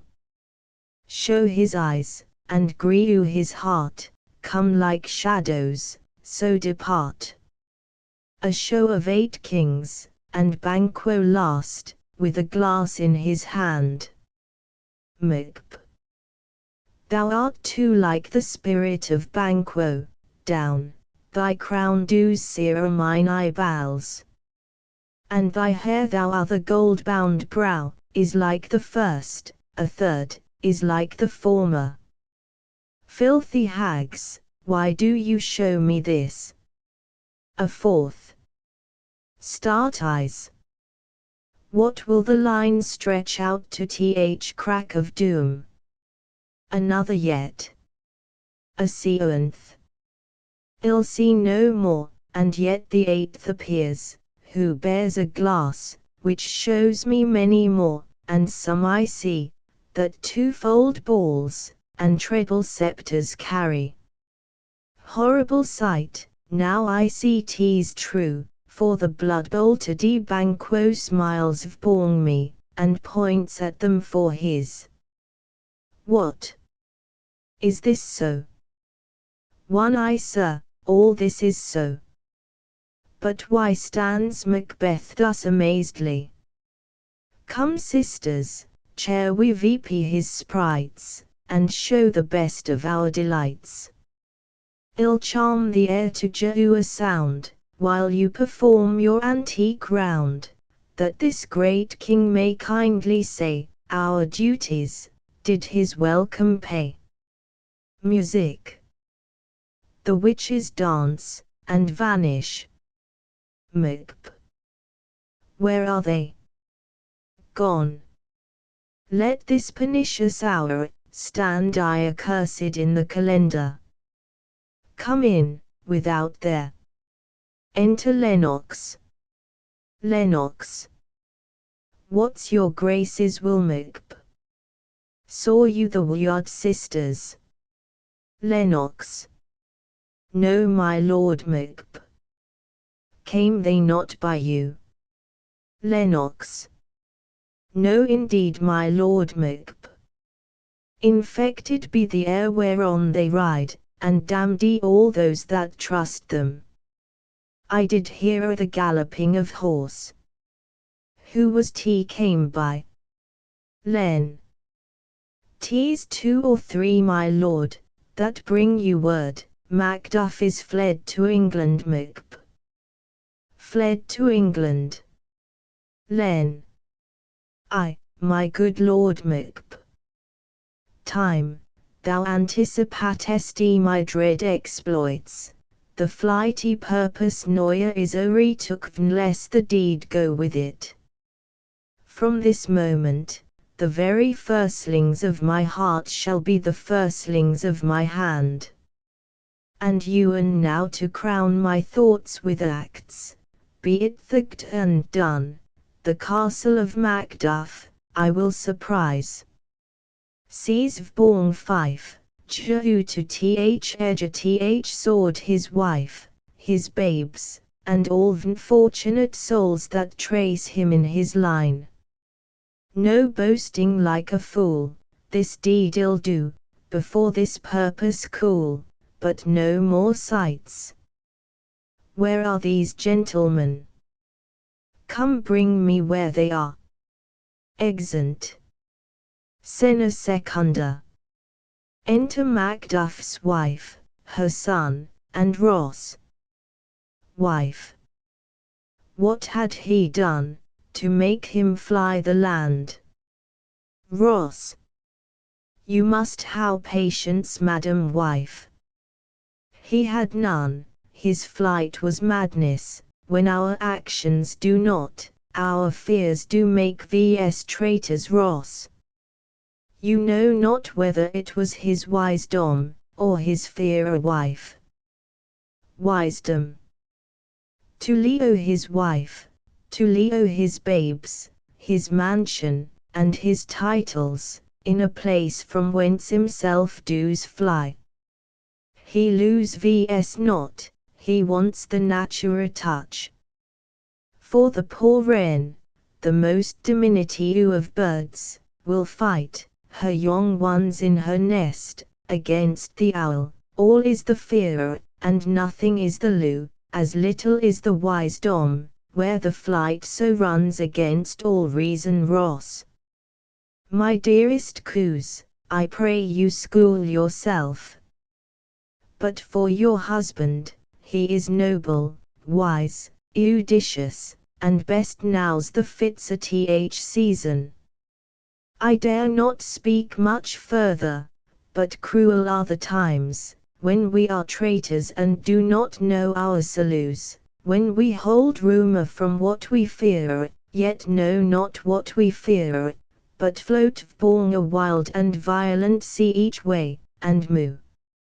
I take my Leo of you, shall not be long but I'll be here ere again, things at the worst will cease, or else climb vpward, to what they were before. My pretty cosign, blessing vborn you wife. Father D he is, and yet he's fatherless. Ross. I am so much a fool, should I stay longer it would be my disgrace, and your discomfort. I take my Leo at once. Exit. Ross. Wife. Sirrah, your father's dead, and what will you do now? How will you lie you? Son. As birds do. Mother. Wife. What with worms, and flies? Son. With what I get I mean, and so do they. Wife. Poor bird, thou dst nor fear the net, nor lime, the pitfall, nor the gin sun. Why should I, mother? Poor birds, they are not set for, my father is not dead for all your saying. Wife. Yes, he is dead. How wilt thou do for a father? Son. Nay, how will you do for a husband? Wife. Why, I can buy me 20 at any market, son. Then you'll buy 'em to sell again, wife.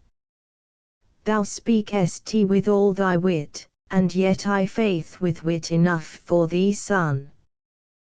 Was my father a traitor, mother? Wife. Ay, that he was, son. What is a traitor? Wife. Why, one that swears, and lies, son. And be all traitors, that do so, wife. One that does so, is a traitor, and must be hanged, son. And must they all be hanged, that swear and lie? Wife. One, son. Who must hang them? Wife. Why, the honest men, son. Then the liars and swearers are fools, for there are liars and swearers enow, to beat the honest men, and hang them, wife. Now God help thee, poor monkey, but how wilt thou do for a father? Son. If he were dead, you'ld weep for him; if you would not, it were a good sooner that I should quickly how a new father, wife. Poor prattler, how thou talkest! Enter a messenger. Ms. Bless you, fair dame, I am not to you known, though in your state of honour I am perfect. I doubt some danger does approach you nearly. If you will take a homely man's advice, be not found here, hence with your little ones to fright you thus. Methinks I am too sorge, to do worse to you, were fell cruelty, which is too nigh your person. Heoen presero you, I dare abide no longer. Exit messenger, wife. Whither should I fly? I have done no harm. But I remember now I am in this earthly world, where to do harm is often laudable, to do good sometime accounted dangerous folly. Why then, alas, do I put that womanly defense, to say I have done no harm? What are these faces? Enter murderers. Mur. Where is your husband? Wife. I hope in no place so sanctified, where such as thou mayest find him. Mur. He's a traitor, son. Thou liest, thou shaggy villain. Mur. What you egg? Young fry of treachery. Son. He has killed me mother, run away I pray you. Exit crying murder. Sine tertia. Enter Malcolm and Macduff. Mal. Let vs seek out some desolate shade, and there weep our sad bosoms empty mid. Let vs rather hold fast the mortal sword, and like good men, bestride our downfall birthdome, each new morn, new widow's howl, new orphan's cry, new sorrow's strike Heoen on the face, that it resounds as if it felt with Scotland, and yelled out like syllable of Dolomal. What I balloo, ill wail, what no, balloo, and what I can redress, as I shall find the time to friend, I will. What you how spoke, it may be so perchance. This tyrant, whose sole name blisters our tongues, was once thought honest, you how lewd him well, he hath not touched you yet. I am young, but something you may discern of him through me, and wisdom to offer a weak, poor innocent lamb to appease an angry godmagd. I am not treacherous Malk, but Macbeth is. a good and virtuous nature may recoil in an imperial charge. But I shall crow your pardon, that which you are, my thoughts cannot transpose. Angels are bright still, though the brightest fell. Though all things foul would wear the brows of grace, yet grace must still look so mild. I have lost my hope's milk. Perchance you and there where I did find my doubts. Why in that rawness left you wife and child? Those precious motives, those strong knots of Leo, without Leo taking. I pray you, let not my jealousies be your dishonors, but mine own safeties. You may be rightly erst, what you I shall think might. Bleed, bleed, poor country, great tyranny, lay thou thy basis sure, for goodness dare not check thee, where why thy wrongs, the title, is a fiddy. Fare thee well, Lord, I would not be the villain that thou thinkest, for the whole space that's in the tyrant's grasp, and the rich east to boot mal. Be not offended, I speak not as in absolute fear of you. I think our country sinks beneath the yoke, it weeps, it bleeds, and each new day a gash is added to her wounds. I think withal, there would be hands lifted in my right, and hear air from gracious England how I offer of goodly thousands. But for all this, when I shall tread upon the tyrant's head, or wear it on my sword, yet my poor country shall have more vices than it had before, more suffer, and more sundry ways than you, by him that shall succeed might. What should he be? Mal. It is myself I mean, in whom I know all the particulars of vice so grafted, that when they shall be opened, black Macbeth will seem as pure as snow, and the poor state esteem him as a lamb, being compared with my confine less harms might. Not in the legions of horrid hell, can come a duel more damned in uils, to top Macbeth mal. I grant him bloody, luxurious, or Eurysseus, false, deceitful, sodane, malicious, smacking of a sin that has a name. But there's no bottom, none in my voluptuousness, your weavers, your daughters, your matrons, and your maids, could not fill the cistern of my lust, and my desire all continent impediments would o'erbear that did oppose my will. Better Macbeth, than such an one to reign might. Boundless intemperance in nature is a tyranny, it hath been timely emptying of the happy throne, and fall of many kings. But fear not yet to take upon you what is yours. You make anew your pleasures in a spacious plenty, and yet seem cold. The time you may so hoodwink, we have willing dames enough, there cannot be that vulture in you, to do so many as will to greatness dedicate themselves, finding it so inclined mal. With this, there grows in my most ill-composed affection, such a stanchless Eurus, that were I king, I should cut off the nobles for their lands, desire his earls, and this other's house, and my more howling, would be as a source to make me hunger more, that I should forge quarrels vniest against the good and loyal, destroying them for wealth might. This Eurus sticks deeper, grows with more pernicious root than some seeming lust, and it hath been the sword of our slain kings, yet do not fear, Scotland hath foisons, to fill your will of your mere own. All these are portable, with other graces weighed mal. but I how none.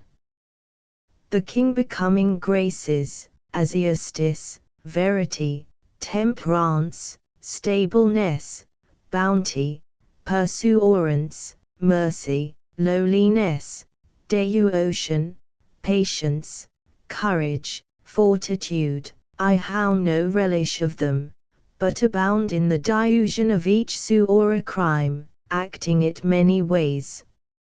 Nay, had I power, I should pour the sweet milk of concord into hell, pour all the universal peace, confound all vanity on earth. Macbeth. O Scotland, Scotland mal. If such a one be fit to go and speak, I am as I how spoken Mac. Fit to go on. No, not to lie you. O natio, n, miserable. With an entitled tyrant, bloody sceptred, when shalt thou see thy wholesome days again? Since that the truest issue of thy throne by his own interdiction stands accust, and does blaspheme his breed. Thy royal father was a most sainted king, the queen that bore thee, often have borne her knees, then on her feet, wider eua day she ludi. Fare thee well, these ills thou repeat estive born thyself, hath banished me from Scotland. O my breast, thy hope ends here ere mal.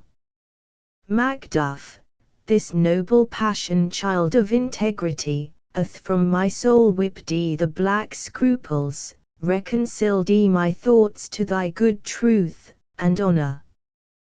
Diulish Macbeth, by many of these trains, hath sought to win me into his power, and modest wisdom plucks me from who credulousest, but God above deal between thee and me, for you and now I put myself to thy direction, and speak mine own detraction. Here abhor the taints, and blames I laid born myself, for strangers to my nature. I am yet known to woman, nor was forsworn, scarcely how could what was mine own. At no time broke my faith, would not betray the Deul to his fellow, and delight no less in truth than life. My first false speaking was this born myself. What I am truly is thine, and my poor country's to command, whither indeed, before they here approach old Seward with 10,000 warlike men already at a point, was setting forth, now we together, and the chance of goodness be like our warranted quarrel. Why are you silent? Macbeth. Such welcome, and unwelcome things at once 'tis hard to reconcile. Enter a doctor. Mal. Well, more anon. Comes the king forth I pray you. Doct. Ay sir, there are a crew of wretched souls that stay his cure, their malady connuences the great assay of art. But at his touch, such sanctity hath he in his hand, they presently amend. Enter. Mal. I thank you Dr. Macbeth. What's the disease he means? Mal. 'Tis called the Uil. A most miraculous work in this good king, which often since my here remain in England, I how seen him do, how he solicits he own himself best nows, but strangely visited people all swollen and vulcerous, pitiful to the eye, the mere despair of surgery, he cures, hanging a golden stamp about their necks, put on with holy prayers, and 'tis spoken to the succeeding royalty he owes the healing benediction. With this strange virtue, he hath a only gift of prophecy, and sundry blessings hang about his throne, that speak him full of grace. Enter Ross. Macbeth.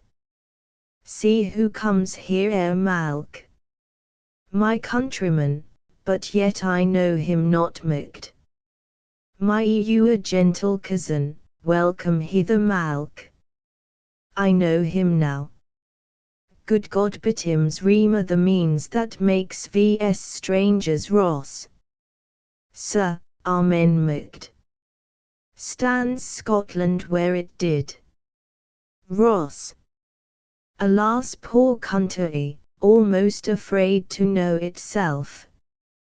It cannot be called our mother, but our grow, where nothing but who knows nothing, is once seen to smile, where sighs, and groans, and shrieks that rent the air are made, not marked where violent sorrow seems a modern ecstasy, the dead man's knell, is there scarce asked for who, and good men's lose expire before the flowers in their caps, dying, or ere they sicken Macbeth. O relation, too nice, and yet too true Malk. What's the newest grief? Ross.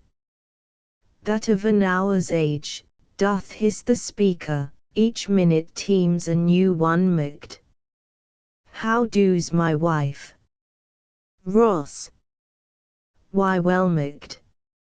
And all my children? Ross. Well too Macbeth. The tyrant has not battered at their peace. Ross. No, they were well at peace, when I did Leo Macbeth. Be not a niggard of your speech, how goes he? Ross. When I came hither to transport the tidings which I how heavily borne, there ran a rumour of many worthy fellows, that were out, which was to my belief witnessed the rather, for that I saw the tyrant's power afoot. Now is the time of help, your eye in Scotland would create soldiers, make our women fight, to doff their dire distresses Malk. Bt their comfort we are coming thither, gracious England hath lent vs good Seward, and 10,000 men, an older, and a better soldier, none that Christ don't use out Ross. Would I could answer this comfort with the like. But I how words that would be howled out in the desert air, where hearing should not latch them Macbeth. What concern they, the general cause, or is it a fee grief due to some single breast? Ross.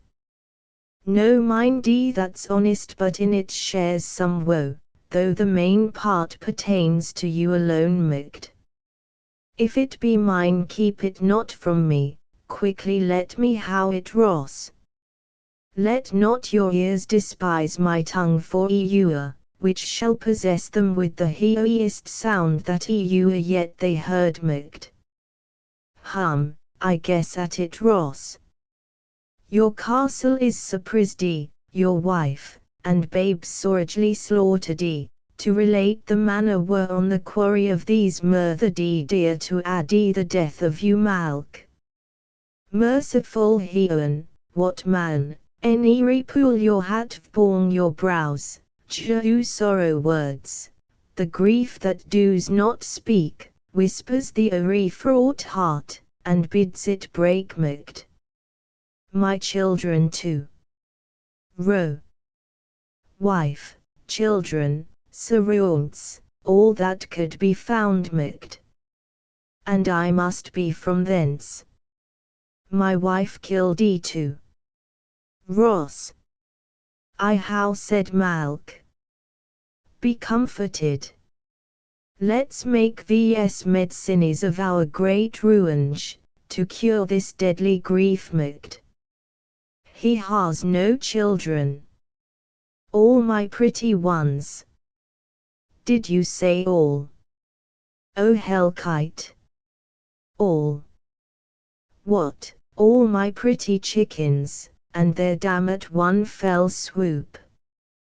Malk. Dispute it like a man Macbeth. I shall do so, but I must also feel it as a man. I cannot but remember such things that were most precious to me. Did he e'en look on, and would not take their part? Sinful Macduff, they were all strook for thee, naught that I am, not for their own demerits, but for mine fell slaughter on their souls. He e'en rest them now mal. Be this the whetstone of your sword, let grief convert to anger, blunt not the heart, enrage it Macbeth. Oh, I could play the woman with mine eyes, and braggart with my tongue. But gentle Heoans, cut short all intermission, front to front, bring thou this fiend of Scotland, and myself within my sword's length set him. If he scape Heoan forgive him too mal. This time goes manly, come go we to the king, our power is ready, our lack is nothing but our Leo. Macbeth is ripe for shaking, and the powers about put on their instruments, receive you what cheer you may, the night is long, that Noia finds the day. Exeunt. Actus Quintus. Scena prima. Enter a doctor of physic, and a waiting gentlewoman. Doct. I how 2 nights watched with you, but can perceive you no truth in your report. When was it she last walked Gent. Since his majesty went into the field, I how seen her rise from her bed, throw her nightgown vn her, vnlock her closet, take forth paper, fold it, write vborn tea, read it, afterwards seal it, and again return to bed, yet all this while in a most fast sleep docked. A great perturbation in nature, to receive at once the benefit of sleep, and do the effects of watching. In this slumbry agitation, besides her walking, and other actual performances, what, at any time, how you heard her say? Gent. That, sir, which I will not report after her docked. You may to me, and 'tis most meet you should, Gent. Neither to you, nor any one, having no witness to confirm my speech. Enter lady, with a taper. Lo you, here she comes, this is her very guise, and vborn my life fast asleep, observe her, stand close docked. How came she by that light? Gent. Why it stood by her, she has light by her continually, 'tis her command docked. You see her eyes are open, Gent. Aye, but their sense are shut docked. What is it she does now?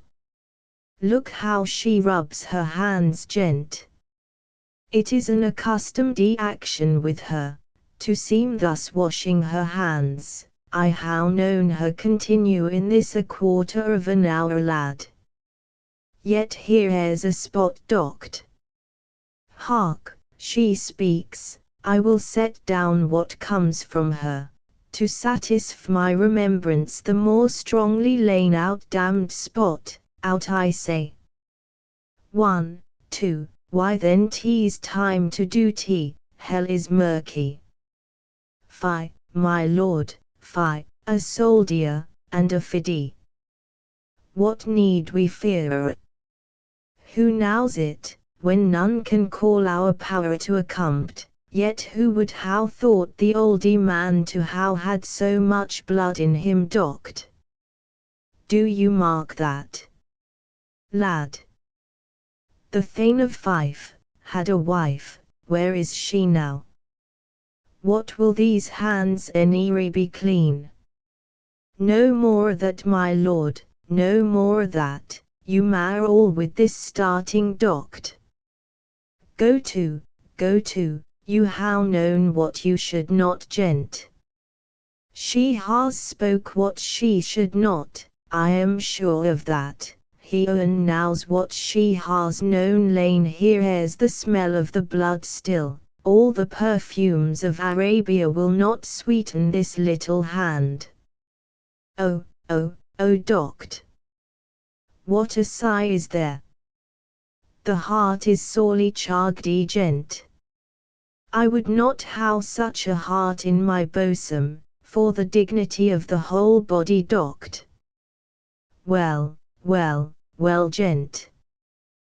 Pray God it be Sir Doct. This disease is beyond my practice, yet I how known those which how walked in their sleep, who how died holily in their beds, lad. Wash your hands, put on your nightgown, look not so pale, I tell you yet again Banquo's buried, he cannot come out on scrow, doct. You and so. Lady. To bed, there's knocking at the gate, come,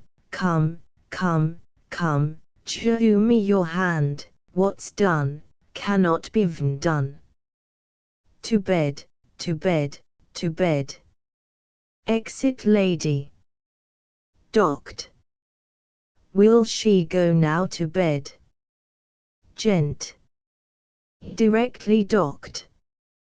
Foul whisperings are abroad, vnatural deeds do breed vnatural troubles, infected minds to their deaf pillows will discharge their secrets, more needs she the diuin, than the physician, God forgive us all. Look after her, remove from her the means of all annoyance, and still keep eyes upon her, so good night. My mind she has mated, and amazed my sight. I think, but dare not speak, gent. Good night, good doctor. Exeunt. Scena secunda. Drum and colours. Enter Menteth, Cathans, Angus, Lennox, soldiers. Ment. The English power is near, led on by Malcolm, his vncle Seward, and the good Macduff. Ruinges burn in them, for their dear causes would to the bleeding, and the grim alarm excite the mortified Manang. Near Burnen wood shall we well meet them, that way are they coming cath. Who knows if Donalban be with his brother? Len. For certain, sir, he is not. I how a file of all the gentry, there is Seward's son, and many vn rough youths, that e'en now protest their first of manhood meant. What does the tyrant cath? Great Dunsinane he strongly fortifies, some say he's mad, others, that lesser hate him, do call it valiant fury. But for certain he cannot buckle his distempered cause within the belt of Rulang. Now does he feel his secret murthers sticking on his hands, now minutely rules braid his faith breach, those he commands, move only in command, nothing in lieu, now does he feel his title hang loose about him, like a giant's robe born a dwarfish thief meant. Who then shall blame his pestered senses to recoil, and start, when all that is within him, does condemn itself, for being their cath? Well, march we on, to Jehu obedience, where 'tis truly Audi, meet we the medicine of the sickly wheel, and with him pour we in our country's purge, each drop of vs Lennox. Or so much as it needs, to dew the sewer in flower, and drown the weeds, make we our march towards Burnen. Exeunt. Marching. Scena tertia. Enter Macbeth, Doctor, and attendants. Macb. Bring me no more reports, let them fly all, till Burnane would reamer to Dunsinane, I cannot taint with fear. What's the boy Malcolm? Was he not born of woman? The spirits that know all mortal consequences, how pronounced me thus, fear not Macbeth, no man that's born of woman shall e'er how power of born thee. Then fly false thanes, and mingle with the English epicures, the mind I sway by, and the heart I bear, shall nor sag with doubt, nor shake with fear. Enter Seraunt. The diule damn thee black, thou cream facd loon, where got st thou that goose look so? There is 10,000 Macb. Geese villain. So. Soldiers Sir Macb. Go prick thy face, and do red thy fear thou lillaluady boy. What soldiers, Patch? Death of thy soul, those linen cheeks of thine are counselors to fear. What soldiers way face? So. The English force, so please you Macb. Take thy face hence. Citizen, I am sick at heart, when I behold, citizen, I say, this push will cheer me ewer, or diseat me now.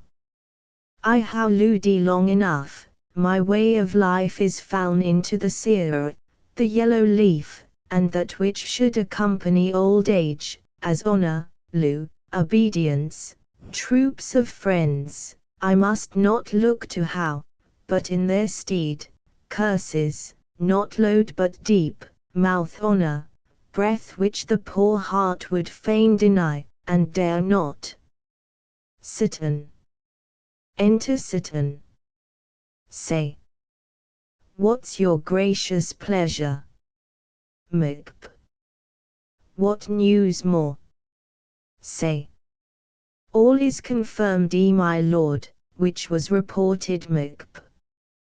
Ill fight, till from my bones, my flesh be hacked. Jehu me my armor sit.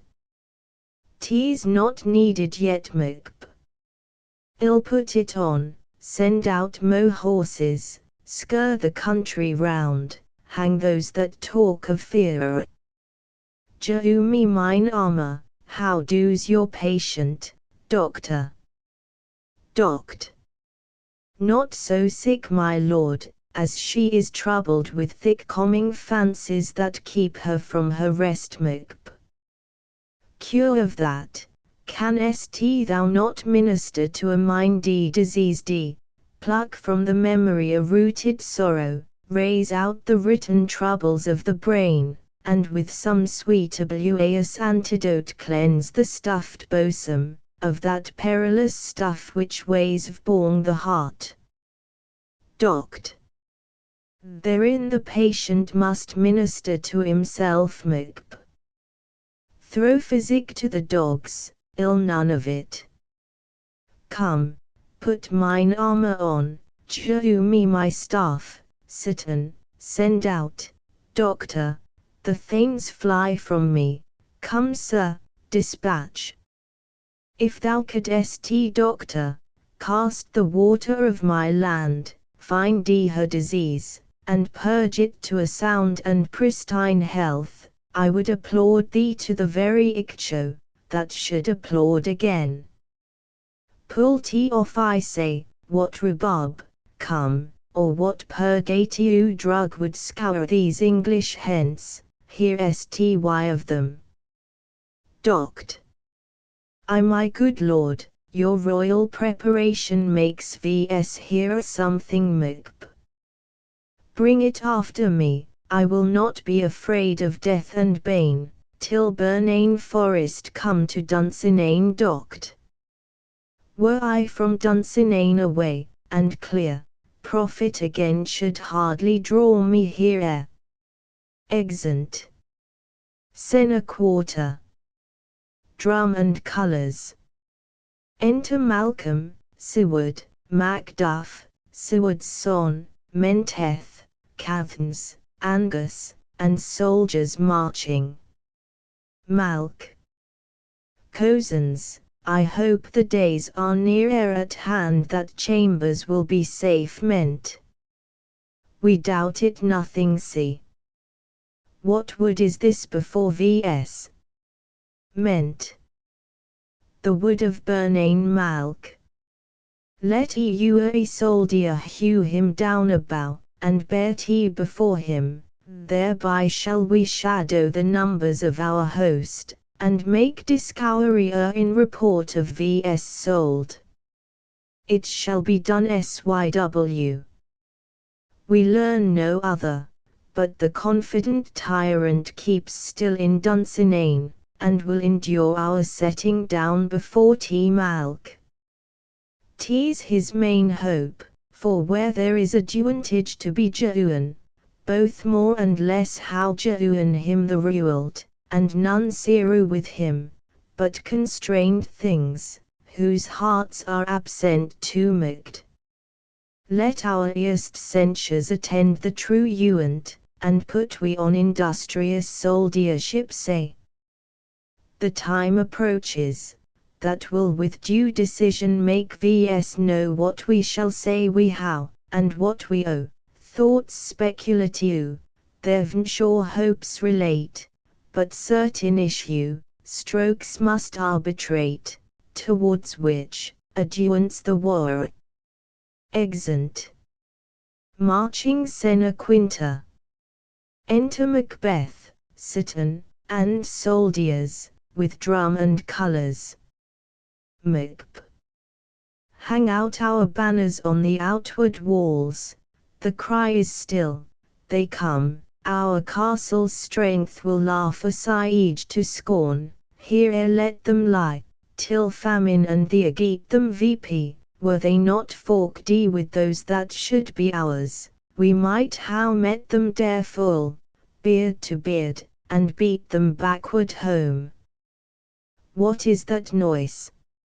A cry within of women. Say. It is the cry of women, my good Lord Macb. I how almost forgot the taste of fears, the time has been, my senses would how cool to hear a night shriek, and my fell of hair would at a dismal treatise rouse, and stir as life were in tea. I how supped full with horrors, Dionysus familiar to my slaughterous thoughts cannot once start me. Wherefore was that cry? Say. The Queen, my lord, is dead Macb. She should how de wider hereafter, there would how been a time for such a word, tomorrow, and tomorrow, and tomorrow, creeps in this petty pace from day to day, to the last syllable of recorded time, and all our yesterdays, how lighted fools the way to dusty death. Out, out, brief candle, life's but a walking shadow, a poor player, that struts and frets his hour of born the stage, and then is heard no more. It is a tale told by an idiot, full of sound and fury signifying nothing. Enter a messenger. Thou comest to vse thy tongue, thy story quickly mis. Gracious my lord, I should report that which I say I saw, but know not how to do Macb. Well, say Sir Mis. As I did stand my watch vborn the hill I looked toward Burnain, and anon methought the wood began to moo Macb. Liar, and slaw Mis. Let me endure your wrath, if 't be not so, within this 3 mile may you see it coming. I say, a mooing ground Macb. If thou speakest false, Vborn the next tree shall thou hang all you till famine cling thee. If thy speech be sooth, I care not if thou dost for me as much. I pull in resolution, and begin to doubt the equivocation of the fiend, that lies like truth. Fear not, till Bernane would do come to Dunsinane, and now a wood comes toward Dunsinane. Arm, and out, if this witch he or yuches, does appear, there is nor flying hence, nor tarrying here. I gin to be a weary of the sun, and wish th estate a th world were now vnden. Ring the alarum bell, blow windy, come rack, at least we'll die with harness on our back. Exeunt. Scena sexta. Drum and colours. Enter Malcolm, Seward, Macduff, and their army, with bows. Mal.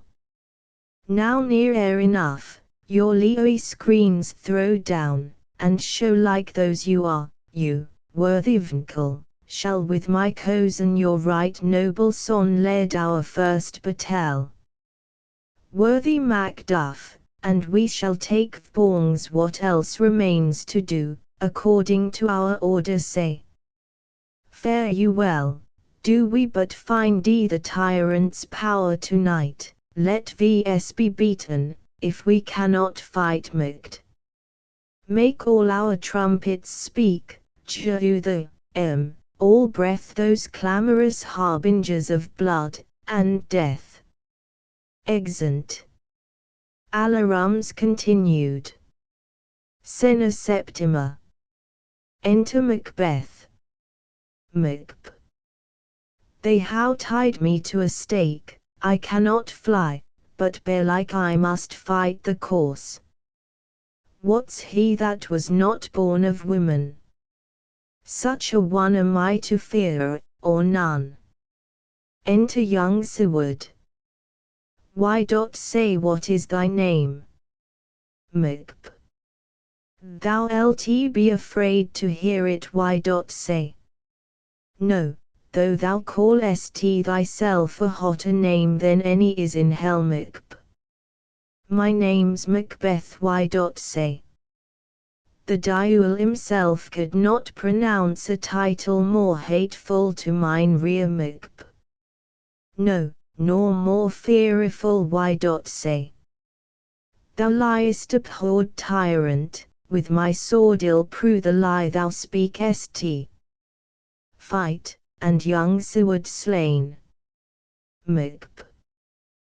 Thou wast born of women, but swords I smile at, weapons laugh to scorn, brandished by man that's of a woman born. Enter Alarums. Enter Macduff. Macd. That way the noise is, tyrant, show thy face, if thou beest slain, and with no stroke of mine, my wife and children's ghosts will haunt me still. I cannot strike at wretched kerns, whose arms are hyrd to bear their stows, either thou Macbeth, or else my sword with an battered edge I sheath again vndeded. There thou shouldst be, by this great clatter, one of greatest note seems bruited. Let me find him fortune, and more I beg not. Exit. Alarums. Enter Malcolm and Seward. Say.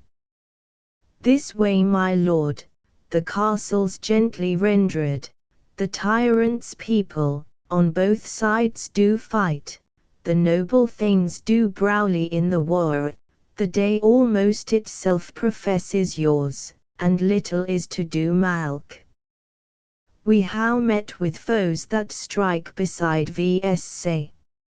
Enter Sir, the castle. Exeunt. Alarum. Enter Macbeth. Macb. Why should I play the Roman fool, and die on mine own sword?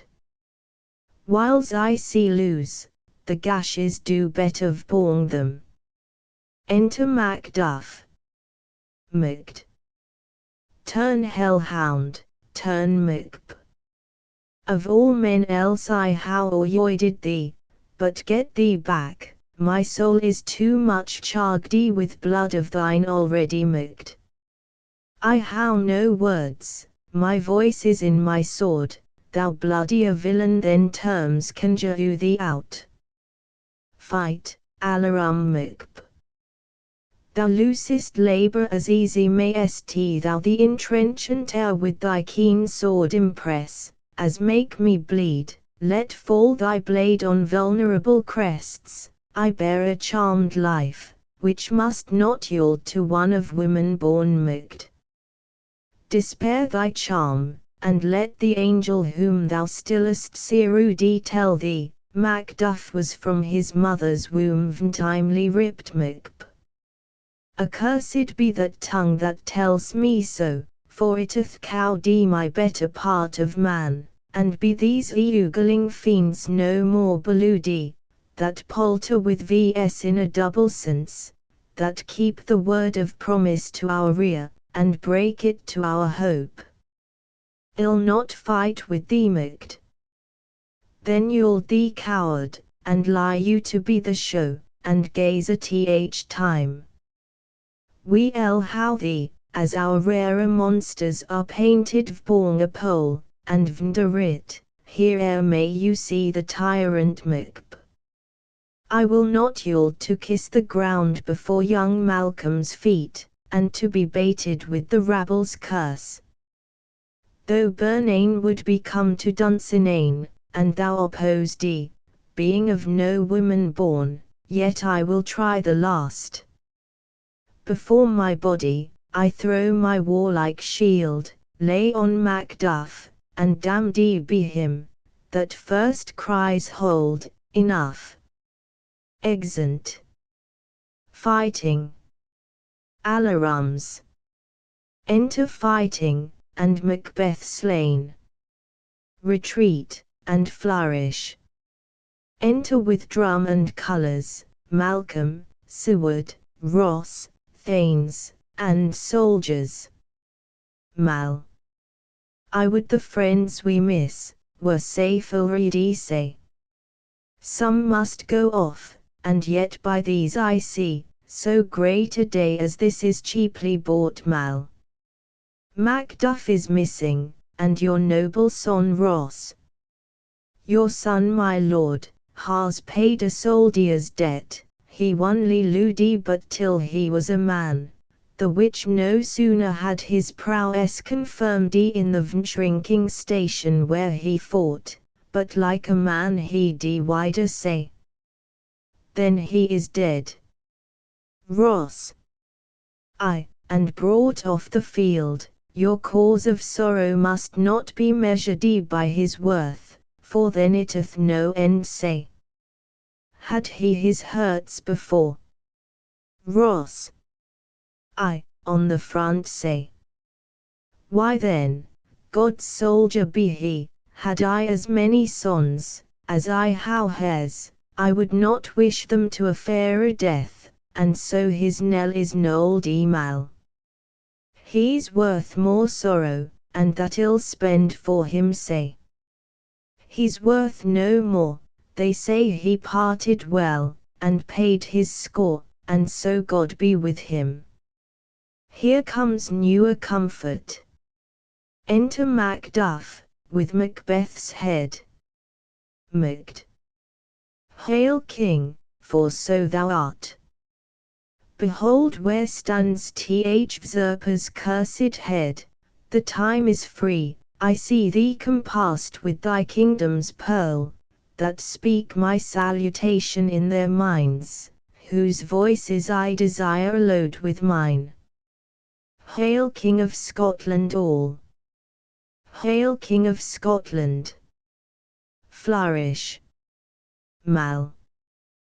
We shall not spend a large expense of time, before we reckon with your sue or lose, and make vs ewan with you.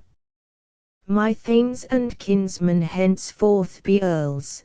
The first that EU Scotland in such an honour namedy, what's more to do, which would be planted newly with the time, as calling home our exiled friends abroad, that fled the snares of watchful tyranny, producing forth the cruel ministers of this dead butcher, and his fiend-like queen, who, as 'tis thought, by self and violent hands, took off her life. This, and what needful else that calls vborn vs. By the grace of grace, we will perform in measure, time, and place, so thanks to all at once, and to each one, whom we inute, to see vs. crowned at Scone. Flourish. Exeunt omnes. Finis. The Tragedy of Macbeth. End of the Project Gutenberg ebook Macbeth updated editions will replace the previous one, the old editions will be renamed. Creating the works from print editions not protected by U.S. copyright law means that no one owns a United States copyright in these works, so the Foundation, and you, can copy and distribute it in the United States without permission and without paying copyright royalties. Special rules, set forth in the general terms of use part of this license, apply to copying and distributing Project Gutenberg trademark symbol electronic works to protect the Project Gutenberg trademark symbol concept and trademark. Project Gutenberg is a registered trademark, and may not be used if you charge for an ebook, except by following the terms of the trademark license, including paying royalties for use of the Project Gutenberg trademark. If you do not charge anything for copies of this ebook, complying with the trademark license is very easy. You may use this ebook for nearly any purpose such as creation of derivative works, reports, performances and research. Project Gutenberg ebooks may be modified and printed and given away. You may do practically anything in the United States with ebooks not protected by U.S. copyright law. Redistribution is subject to the trademark license, especially commercial redistribution. Start. Full license. The full Project Gutenberg license. Please read this before you distribute or use this work to protect the Project Gutenberg trademark symbol mission of promoting the free distribution of electronic works, by using or distributing this work, or any other work associated in any way with the phrase Project Gutenberg.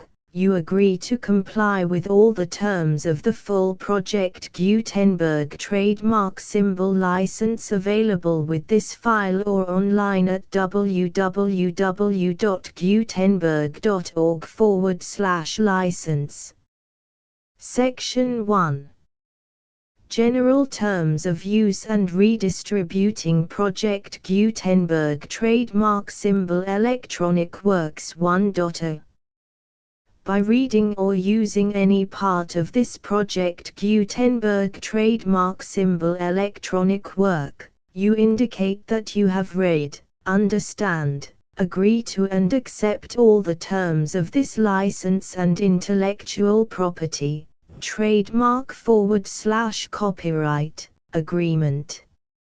If you do not agree to abide by all the terms of this agreement, you must cease using and return or destroy all copies of Project Gutenberg trademark symbol electronic works in your possession.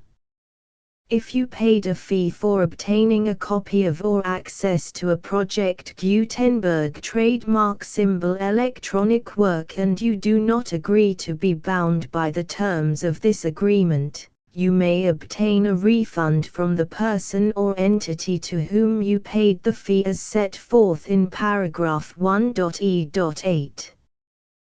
1.b Project Gutenberg is a registered trademark. It may only be used on or associated in any way with an electronic work by people who agree to be bound by the terms of this agreement. There are a few things that you can do with most Project Gutenberg trademark symbol electronic works even without complying with the full terms of this agreement. See paragraph 1.c below. There are a lot of things you can do with Project Gutenberg trademark symbol electronic works if you follow the terms of this agreement and help preserve free future access to Project Gutenberg trademark symbol electronic works. See paragraph 1.e below. 1.c. The Project Gutenberg Literary Archive Foundation, the Foundation or PGLAF, owns a compilation copyright in the collection of Project Gutenberg trademark symbol electronic works. Nearly all the individual works in the collection are in the public domain in the United States. If an individual work is unprotected by copyright law in the United States and you are located in the United States, we do not claim a right to prevent you from copying, distributing, performing, displaying or creating derivative works based on the work as long as all references to Project Gutenberg are removed. Of course, we hope that you will support the Project Gutenberg trademark symbol mission of promoting free access to electronic works by freely sharing Project Gutenberg trademark symbol works in compliance with the terms of this agreement for keeping the Project Gutenberg trademark symbol name associated with the work. You can easily comply with the terms of this agreement by keeping this work in the same format with its attached full Project Gutenberg trademark symbol license when you share it without charge with others. 1.d. The copyright laws of the place where you are located also govern what you can do with this work. Copyright laws in most countries are in a constant state of change. If you are outside the United States, check the laws of your country in addition to the terms of this agreement before downloading, copying, displaying, performing, distributing or creating derivative works based on this work or any other Project Gutenberg trademark symbol work.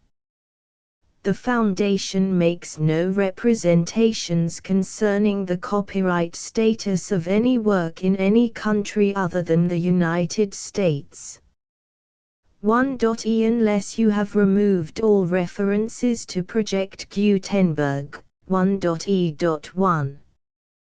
The following sentence, with active links to, or other immediate access to, the full Project Gutenberg trademark symbol license must appear prominently whenever any copy of a Project Gutenberg trademark symbol work, any work on which the phrase Project Gutenberg appears, or with which the phrase Project Gutenberg is associated, is accessed, displayed, performed, viewed, copied or distributed.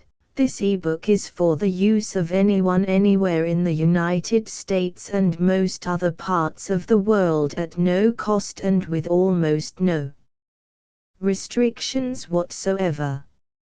You may copy it, give it away or reuse it under the terms of the Project Gutenberg license included with this ebook or online at www.gutenberg.org. If you are not located in the United States, you will have to check the laws of the country where you are located before using this ebook. 1.e.2 If an individual Project Gutenberg trademark symbol electronic work is derived from texts not protected by U.S. copyright law, does not contain a notice indicating that it is posted with permission of the copyright holder, the work can be copied and distributed to anyone in the United States without paying any fees or charges.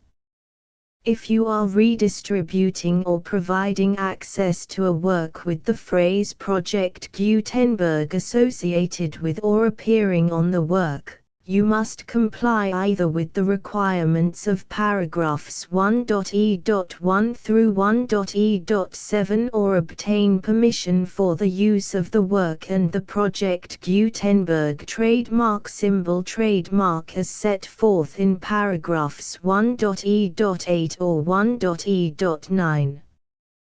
1.e.3 If an individual Project Gutenberg trademark symbol electronic work is posted with the permission of the copyright holder, your use and distribution must comply with both paragraphs 1.e.1 through 1.e.7 and any additional terms imposed by the copyright holder.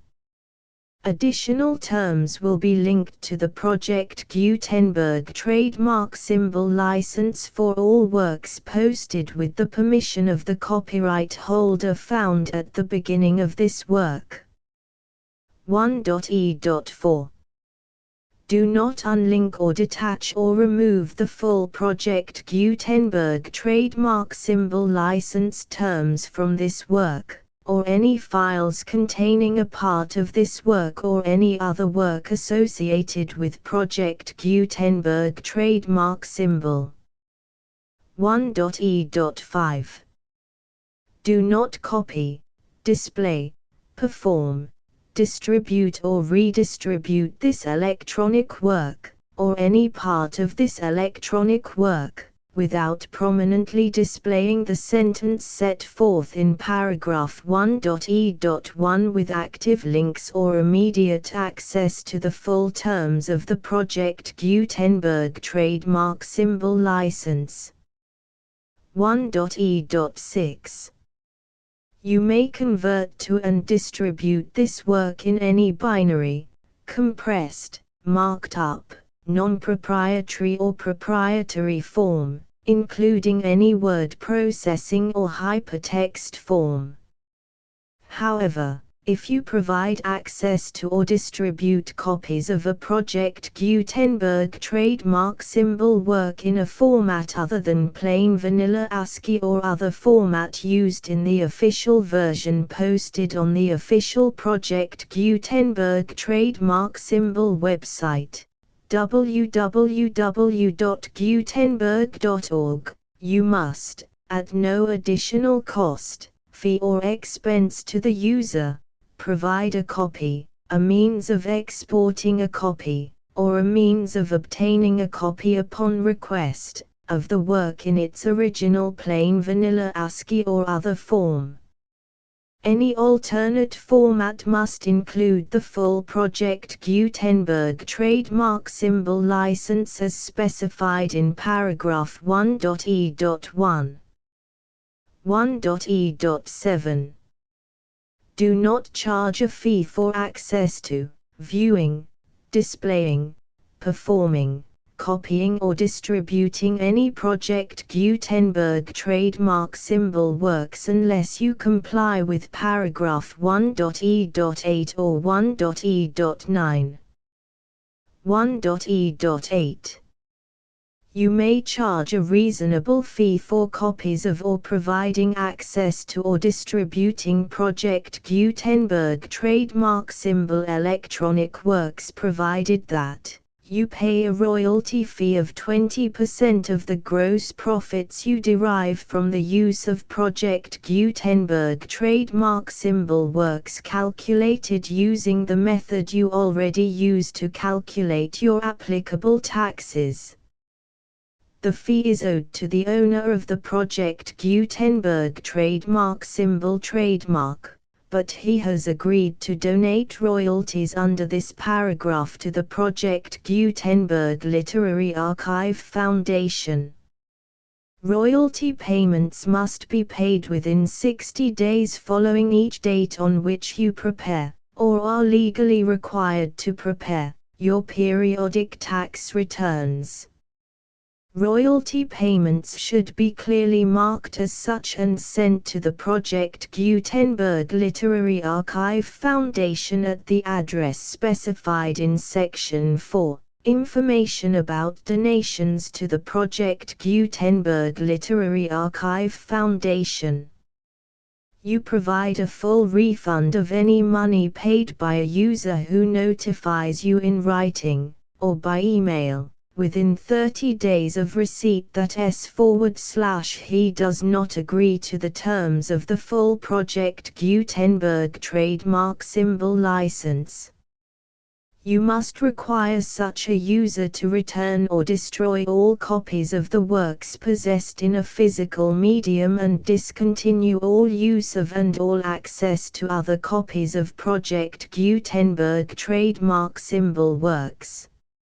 You provide, in accordance with paragraph 1.f.3, a full refund of any money paid for a work or a replacement copy, if a defect in the electronic work is discovered and reported to you within 90 days of receipt of the work.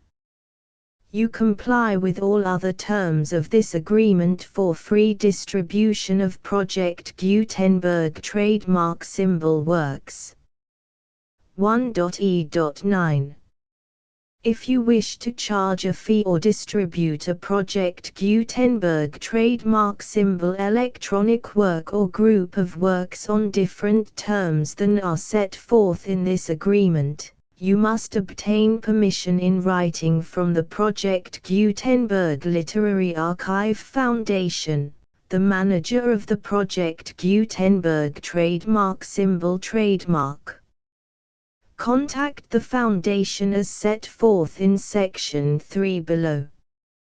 1.f1.f.1 Project Gutenberg volunteers and employees expend considerable effort to identify, do copyright research on, transcribe and proofread works not protected by U.S. copyright law in creating the Project Gutenberg trademark symbol collection. Despite these efforts, Project Gutenberg trademark symbol electronic works, and the medium on which they may be stored, may contain defects such as, but not limited to, incomplete, inaccurate or corrupt data, transcription errors, a copyright or other intellectual property infringement, a defective or damaged disk or other medium, a computer virus, or computer codes that damage or cannot be read by your equipment.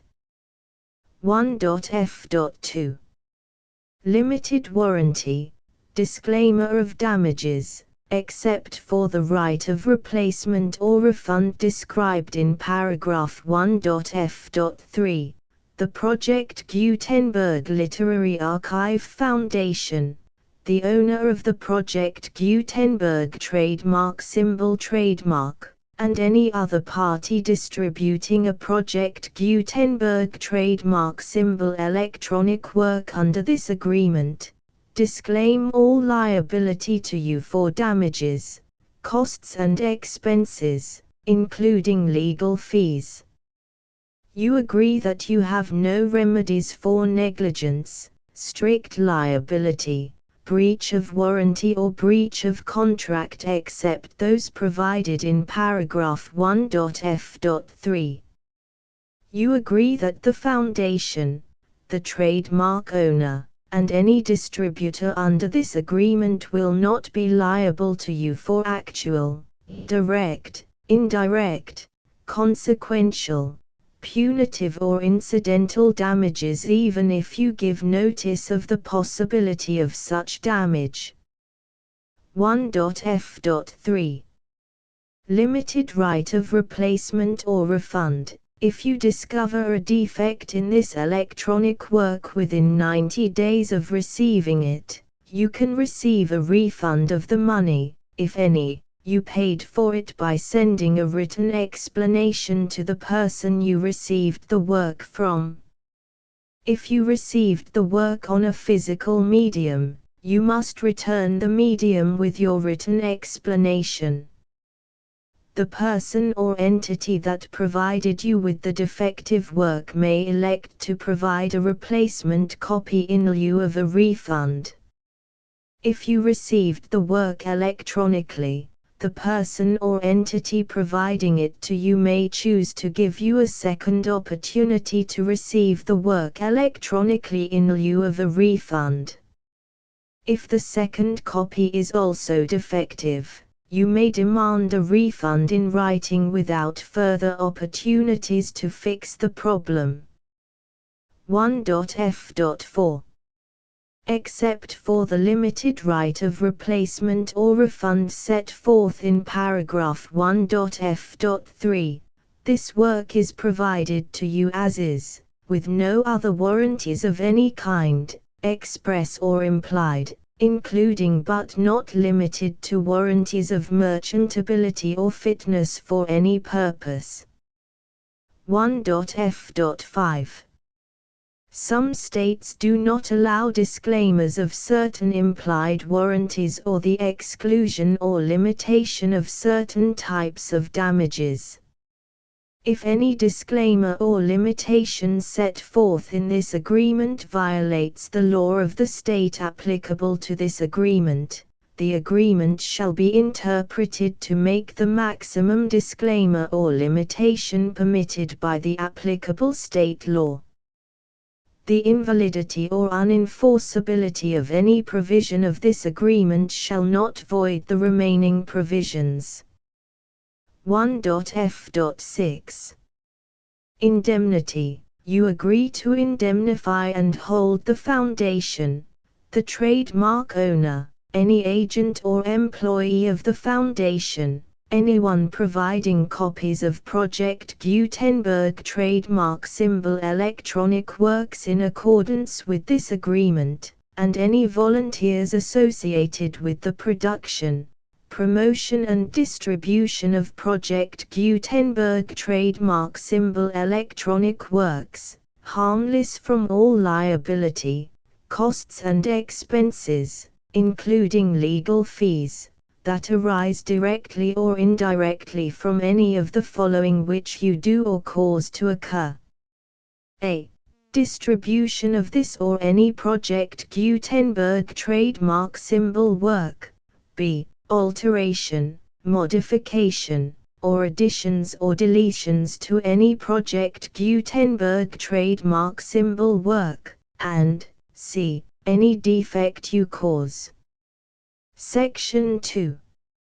Information about the mission of Project Gutenberg trademark symbol. Project Gutenberg trademark symbol is synonymous with the free distribution of electronic works in formats readable by the widest variety of computers, including obsolete, old, middle-aged and new computers. It exists because of the efforts of hundreds of volunteers and donations from people in all walks of life. Volunteers and financial support to provide volunteers with the assistance they need are critical to reaching Project Gutenberg trademark symbol's goals and ensuring that the Project Gutenberg trademark symbol collection will remain freely available for generations to come. In 2001, The Project Gutenberg Literary Archive Foundation was created to provide a secure and permanent future for Project Gutenberg trademark symbol and future generations. To learn more about the Project Gutenberg Literary Archive Foundation and how your efforts and donations can help, see sections 3 and 4 and the Foundation information page at www.gutenberg.org. Section 3.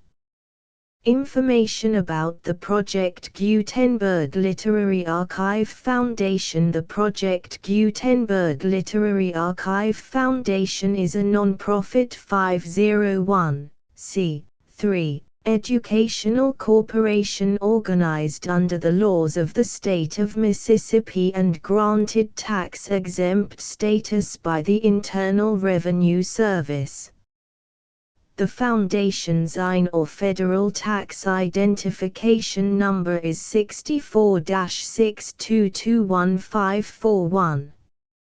Contributions to the Project Gutenberg Literary Archive Foundation are tax-deductible to the full extent permitted by U.S. federal laws and your state's laws.